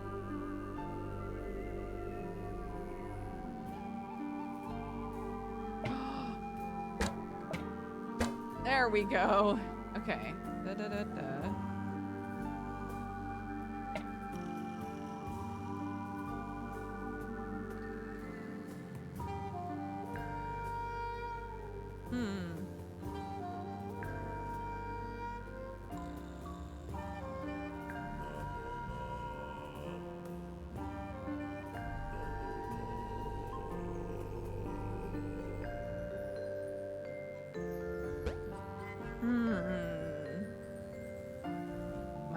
My brain! Lock in! My brain! Okay, we don't, oops. No, we don't want that. Actually, we don't want either of those, do we? That one's where it needs to be. The other one needs... No.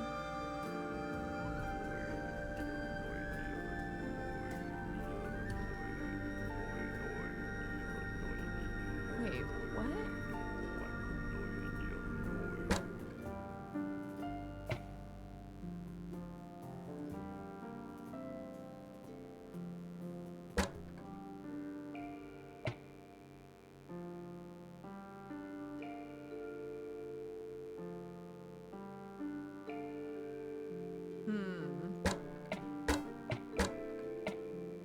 Okay.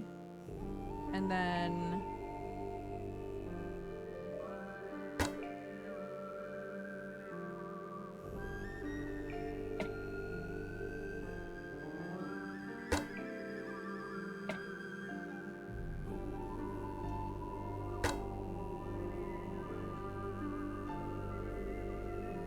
Ooh, that's open. That's closed. Do. That was right. I'm impressed. Thanks. Oh, Something unlocked. The hatch opened. It's a ring-bound book. oh, the captain's log. Yo. Magnus had a tight signature. Mortuka found dead. Details unknown. Crew tumultuous.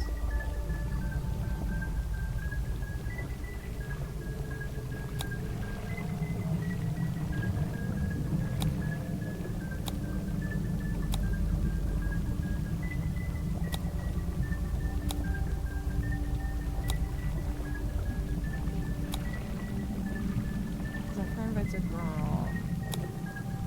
Electric Grib rescued. Zephyr is Zephyr. Sets up equipment. Final preparations before we take the submarine out.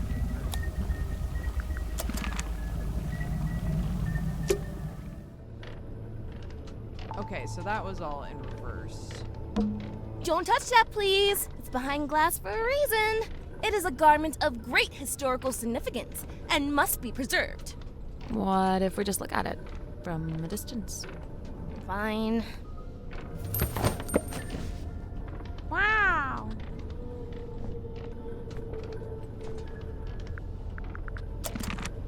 Okay, let's talk to her.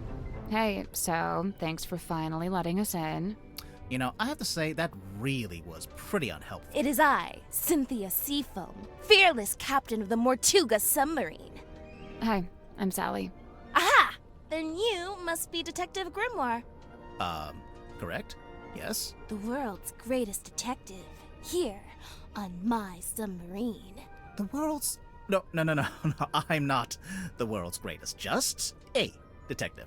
She was probably talking about me. Now I assume you've come to make your official report. Let's hear it. I'm a busy woman, you know. Slow down there, Miss Seafoam. We just came in here to question you since you're one of the suspects. But I hired you! Yeah, no, that doesn't get you off the hook, I'm afraid. What? Really? Ugh, this is so totally unfair. Tell us So, a bit about yourself. how'd you end up as the new captain? It's just the way it's meant to be. It's all above board, okay? I didn't say it wasn't. I didn't actually say anything. Cynthia, what were you before you became captain? Do you have any credentials? 15 years experience as a nautical engineer and shipyard mechanic. Family business. You don't look much older than 15 now. I'm 18! Ugh! How does an 18-year-old end up on a submarine? I came by rowing boat. That's not really what I meant. Wait, the rowing boat we saw up on the foredeck, that's yours? Correct. You should know, it's in bad shape, and it's missing an oar. I'll add it to the list. So how come you wanted to hire Grimoire? Because there's a murderer in our ranks, and they must be rooted out. So what do you want us to do exactly? 1. You will investigate and ascertain the identity of the killer. 2. You will return here and report your findings to me. 3. You go home. 3, you pay us. 4, we go home. 3, she pays us. 4, we go get ice cream. 5, we go home. Deal. Wait, I didn't... Meeting adjourned. Why did you want to come to the submarine in the first place? To become captain? I sought an audience with Magnus Mortuga. I had things I wished to discuss with him. Like what? Matters of great importance. Affairs of great significance. Dealings of great... She's not gonna tell us. Not yet. We'll get there. How long have you been here, Cynthia? I arrived a few weeks before Mr. Warman and Mr. Danson. I'm assuming you don't live here in the control room. Where do you sleep? Oh, well, Mortuga put me in the bunk room at the bow end of the ship. I share a room with Sim. If you arrived before Dirk and Warman, the other bunk room would have still been empty. But Mortuga made you share. Yeah, I think he wanted to keep that other bunk room vacant. Ah. Interesting. I'm not complaining. I Vacant really like for sharing who? with Sim. She's great. So, what are you gonna do with the submarine now that you're captain? My first order of business, hiring you two. We really can't do anything else until this gets cleared up, you know? Sure, I get that. What about afterwards? We'll sail the 7 seas and have adventures. You know, that kind of stuff. Okay. I woke up when the submarine made an unscheduled maneuver. Everyone should have been asleep, but suddenly we were surfacing. How could you tell? When the submarine surfaces, the bow tilts up and the stern tilts down, and diving's the opposite. My bunk room's in the bow, and I could feel it tilting up. The bow is the front. I knew that. I wondered if someone other than Mortuga might be at the wheel. I was gonna go check, but then I noticed Sim was wide awake, looking upset. When I asked, she told me something had gone wrong with the new magic act she'd set up. I told her she could always take it down, rework it, and then try it again later. She seemed to agree with that, so I left her and went up to the control room. The control room was empty, but I could see we had actually surfaced, so I went up onto the foredeck to check. There wasn't anybody out there either. I had this weird feeling and really didn't want to go back to bed, so I went back to the control room. I took a closer look at the control panel to see if I could work out why we might have surfaced. Suddenly, the readings all started to go haywire. The ship's compass, the needle, it was, malfunctioning. So I pulled it out of its socket. Like it was pointing everywhere at once? Yeah, We read about I that. figured it would need to be taken for repairs. So I left the control room but bumped into Dr. Zephyr in the parlor. He was carrying a little empty bottle made of green glass. I don't know why. I didn't ask. I went down the 2 ladders and towards the engine room, since I wanted Mr. Grip to take a look at he the was ship's carrying compass. a bottle. But so then he Madame didn't grab the Tadpole mask. appeared and called out to me. She wanted me to bring Grip and everyone else and meet her outside the storage room upstairs. I went into the engine room and gave Mr. Grip the compass. I told him the needle would need replacing. Did he agree to fix it for you? Yeah, of course. He even said he had a bunch of replacement needles he could try out. Anyway, then we went to the cargo hold to fetch Mariana Moon, and the 3 of us went up to the storeroom like Tadpole had asked. We went down the corridor. The others were gathered outside the little room at the end. I looked through the crowd and saw Captain Mortuga laying on his back, dead. Everyone was trying to work out what had happened. Someone mentioned that Sim was the last person who'd seen Mortuga alive. I didn't like where the conversation was heading, so I took Sim and left. And yeah, that's about it. You went straight back to your room? No, I went back up to the control room first. For what reason? I was wondering if Mortuga had left any instructions or any paperwork. I wanted to read the captain's log too. Something tells me that's not the whole story. That's the whole statement, I swear. If you have any other specific questions, I'll, field them separately. Okay. I would normally be ending in about 5 minutes, and I'm real eepy, so I think we'll call it there and we'll pick it up tomorrow. So I'm really sorry if I was really low energy today, guys. I appreciate all of you guys being here. I'm excited to play it. They really have, I know I said this earlier, but they really do each time take how the last game worked and go, okay, how do we make it just a little bit more interesting and a little more fun? I was enjoying the movie. Thank you so much for watching, everybody. I'm gonna read off the activity feed, and then we will send you guys somewhere else. Here we go. Well, yeah, I guess it's kind of the perfect game to have low energy because it's just a lot of listening, isn't it? It's a lot of us going, okay, how do you feel about this guy? Okay, what do you think about this person? Okay, have you ever seen this map before? You know? All right. Tatters, thank you for the 79 months. Conical Coffee for the 71. Sprooky, thank you again for the raid. If you came over on a raid, or you're not normally here, maybe it's your first time. Thank you so much. I hope you had a good time. I hope we see you again. Zerg Jerk, thank you so much for the gifted sub. Jimmy the Brush for the 93, and W1200 for the 94. Thanks, guys. Oh my god, where did my keyboard go? Oh, right. I scooched a bunch of stuff around when I stood up. Whenever I feel sleepy, I have the urge to stand. And I really should just get a standing desk. I really should just do that. All right, let's see.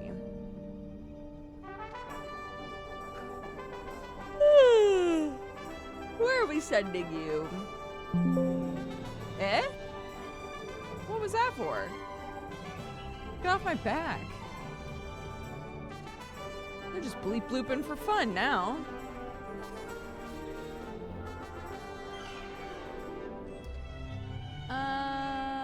Let's see. I'll send you over to preach.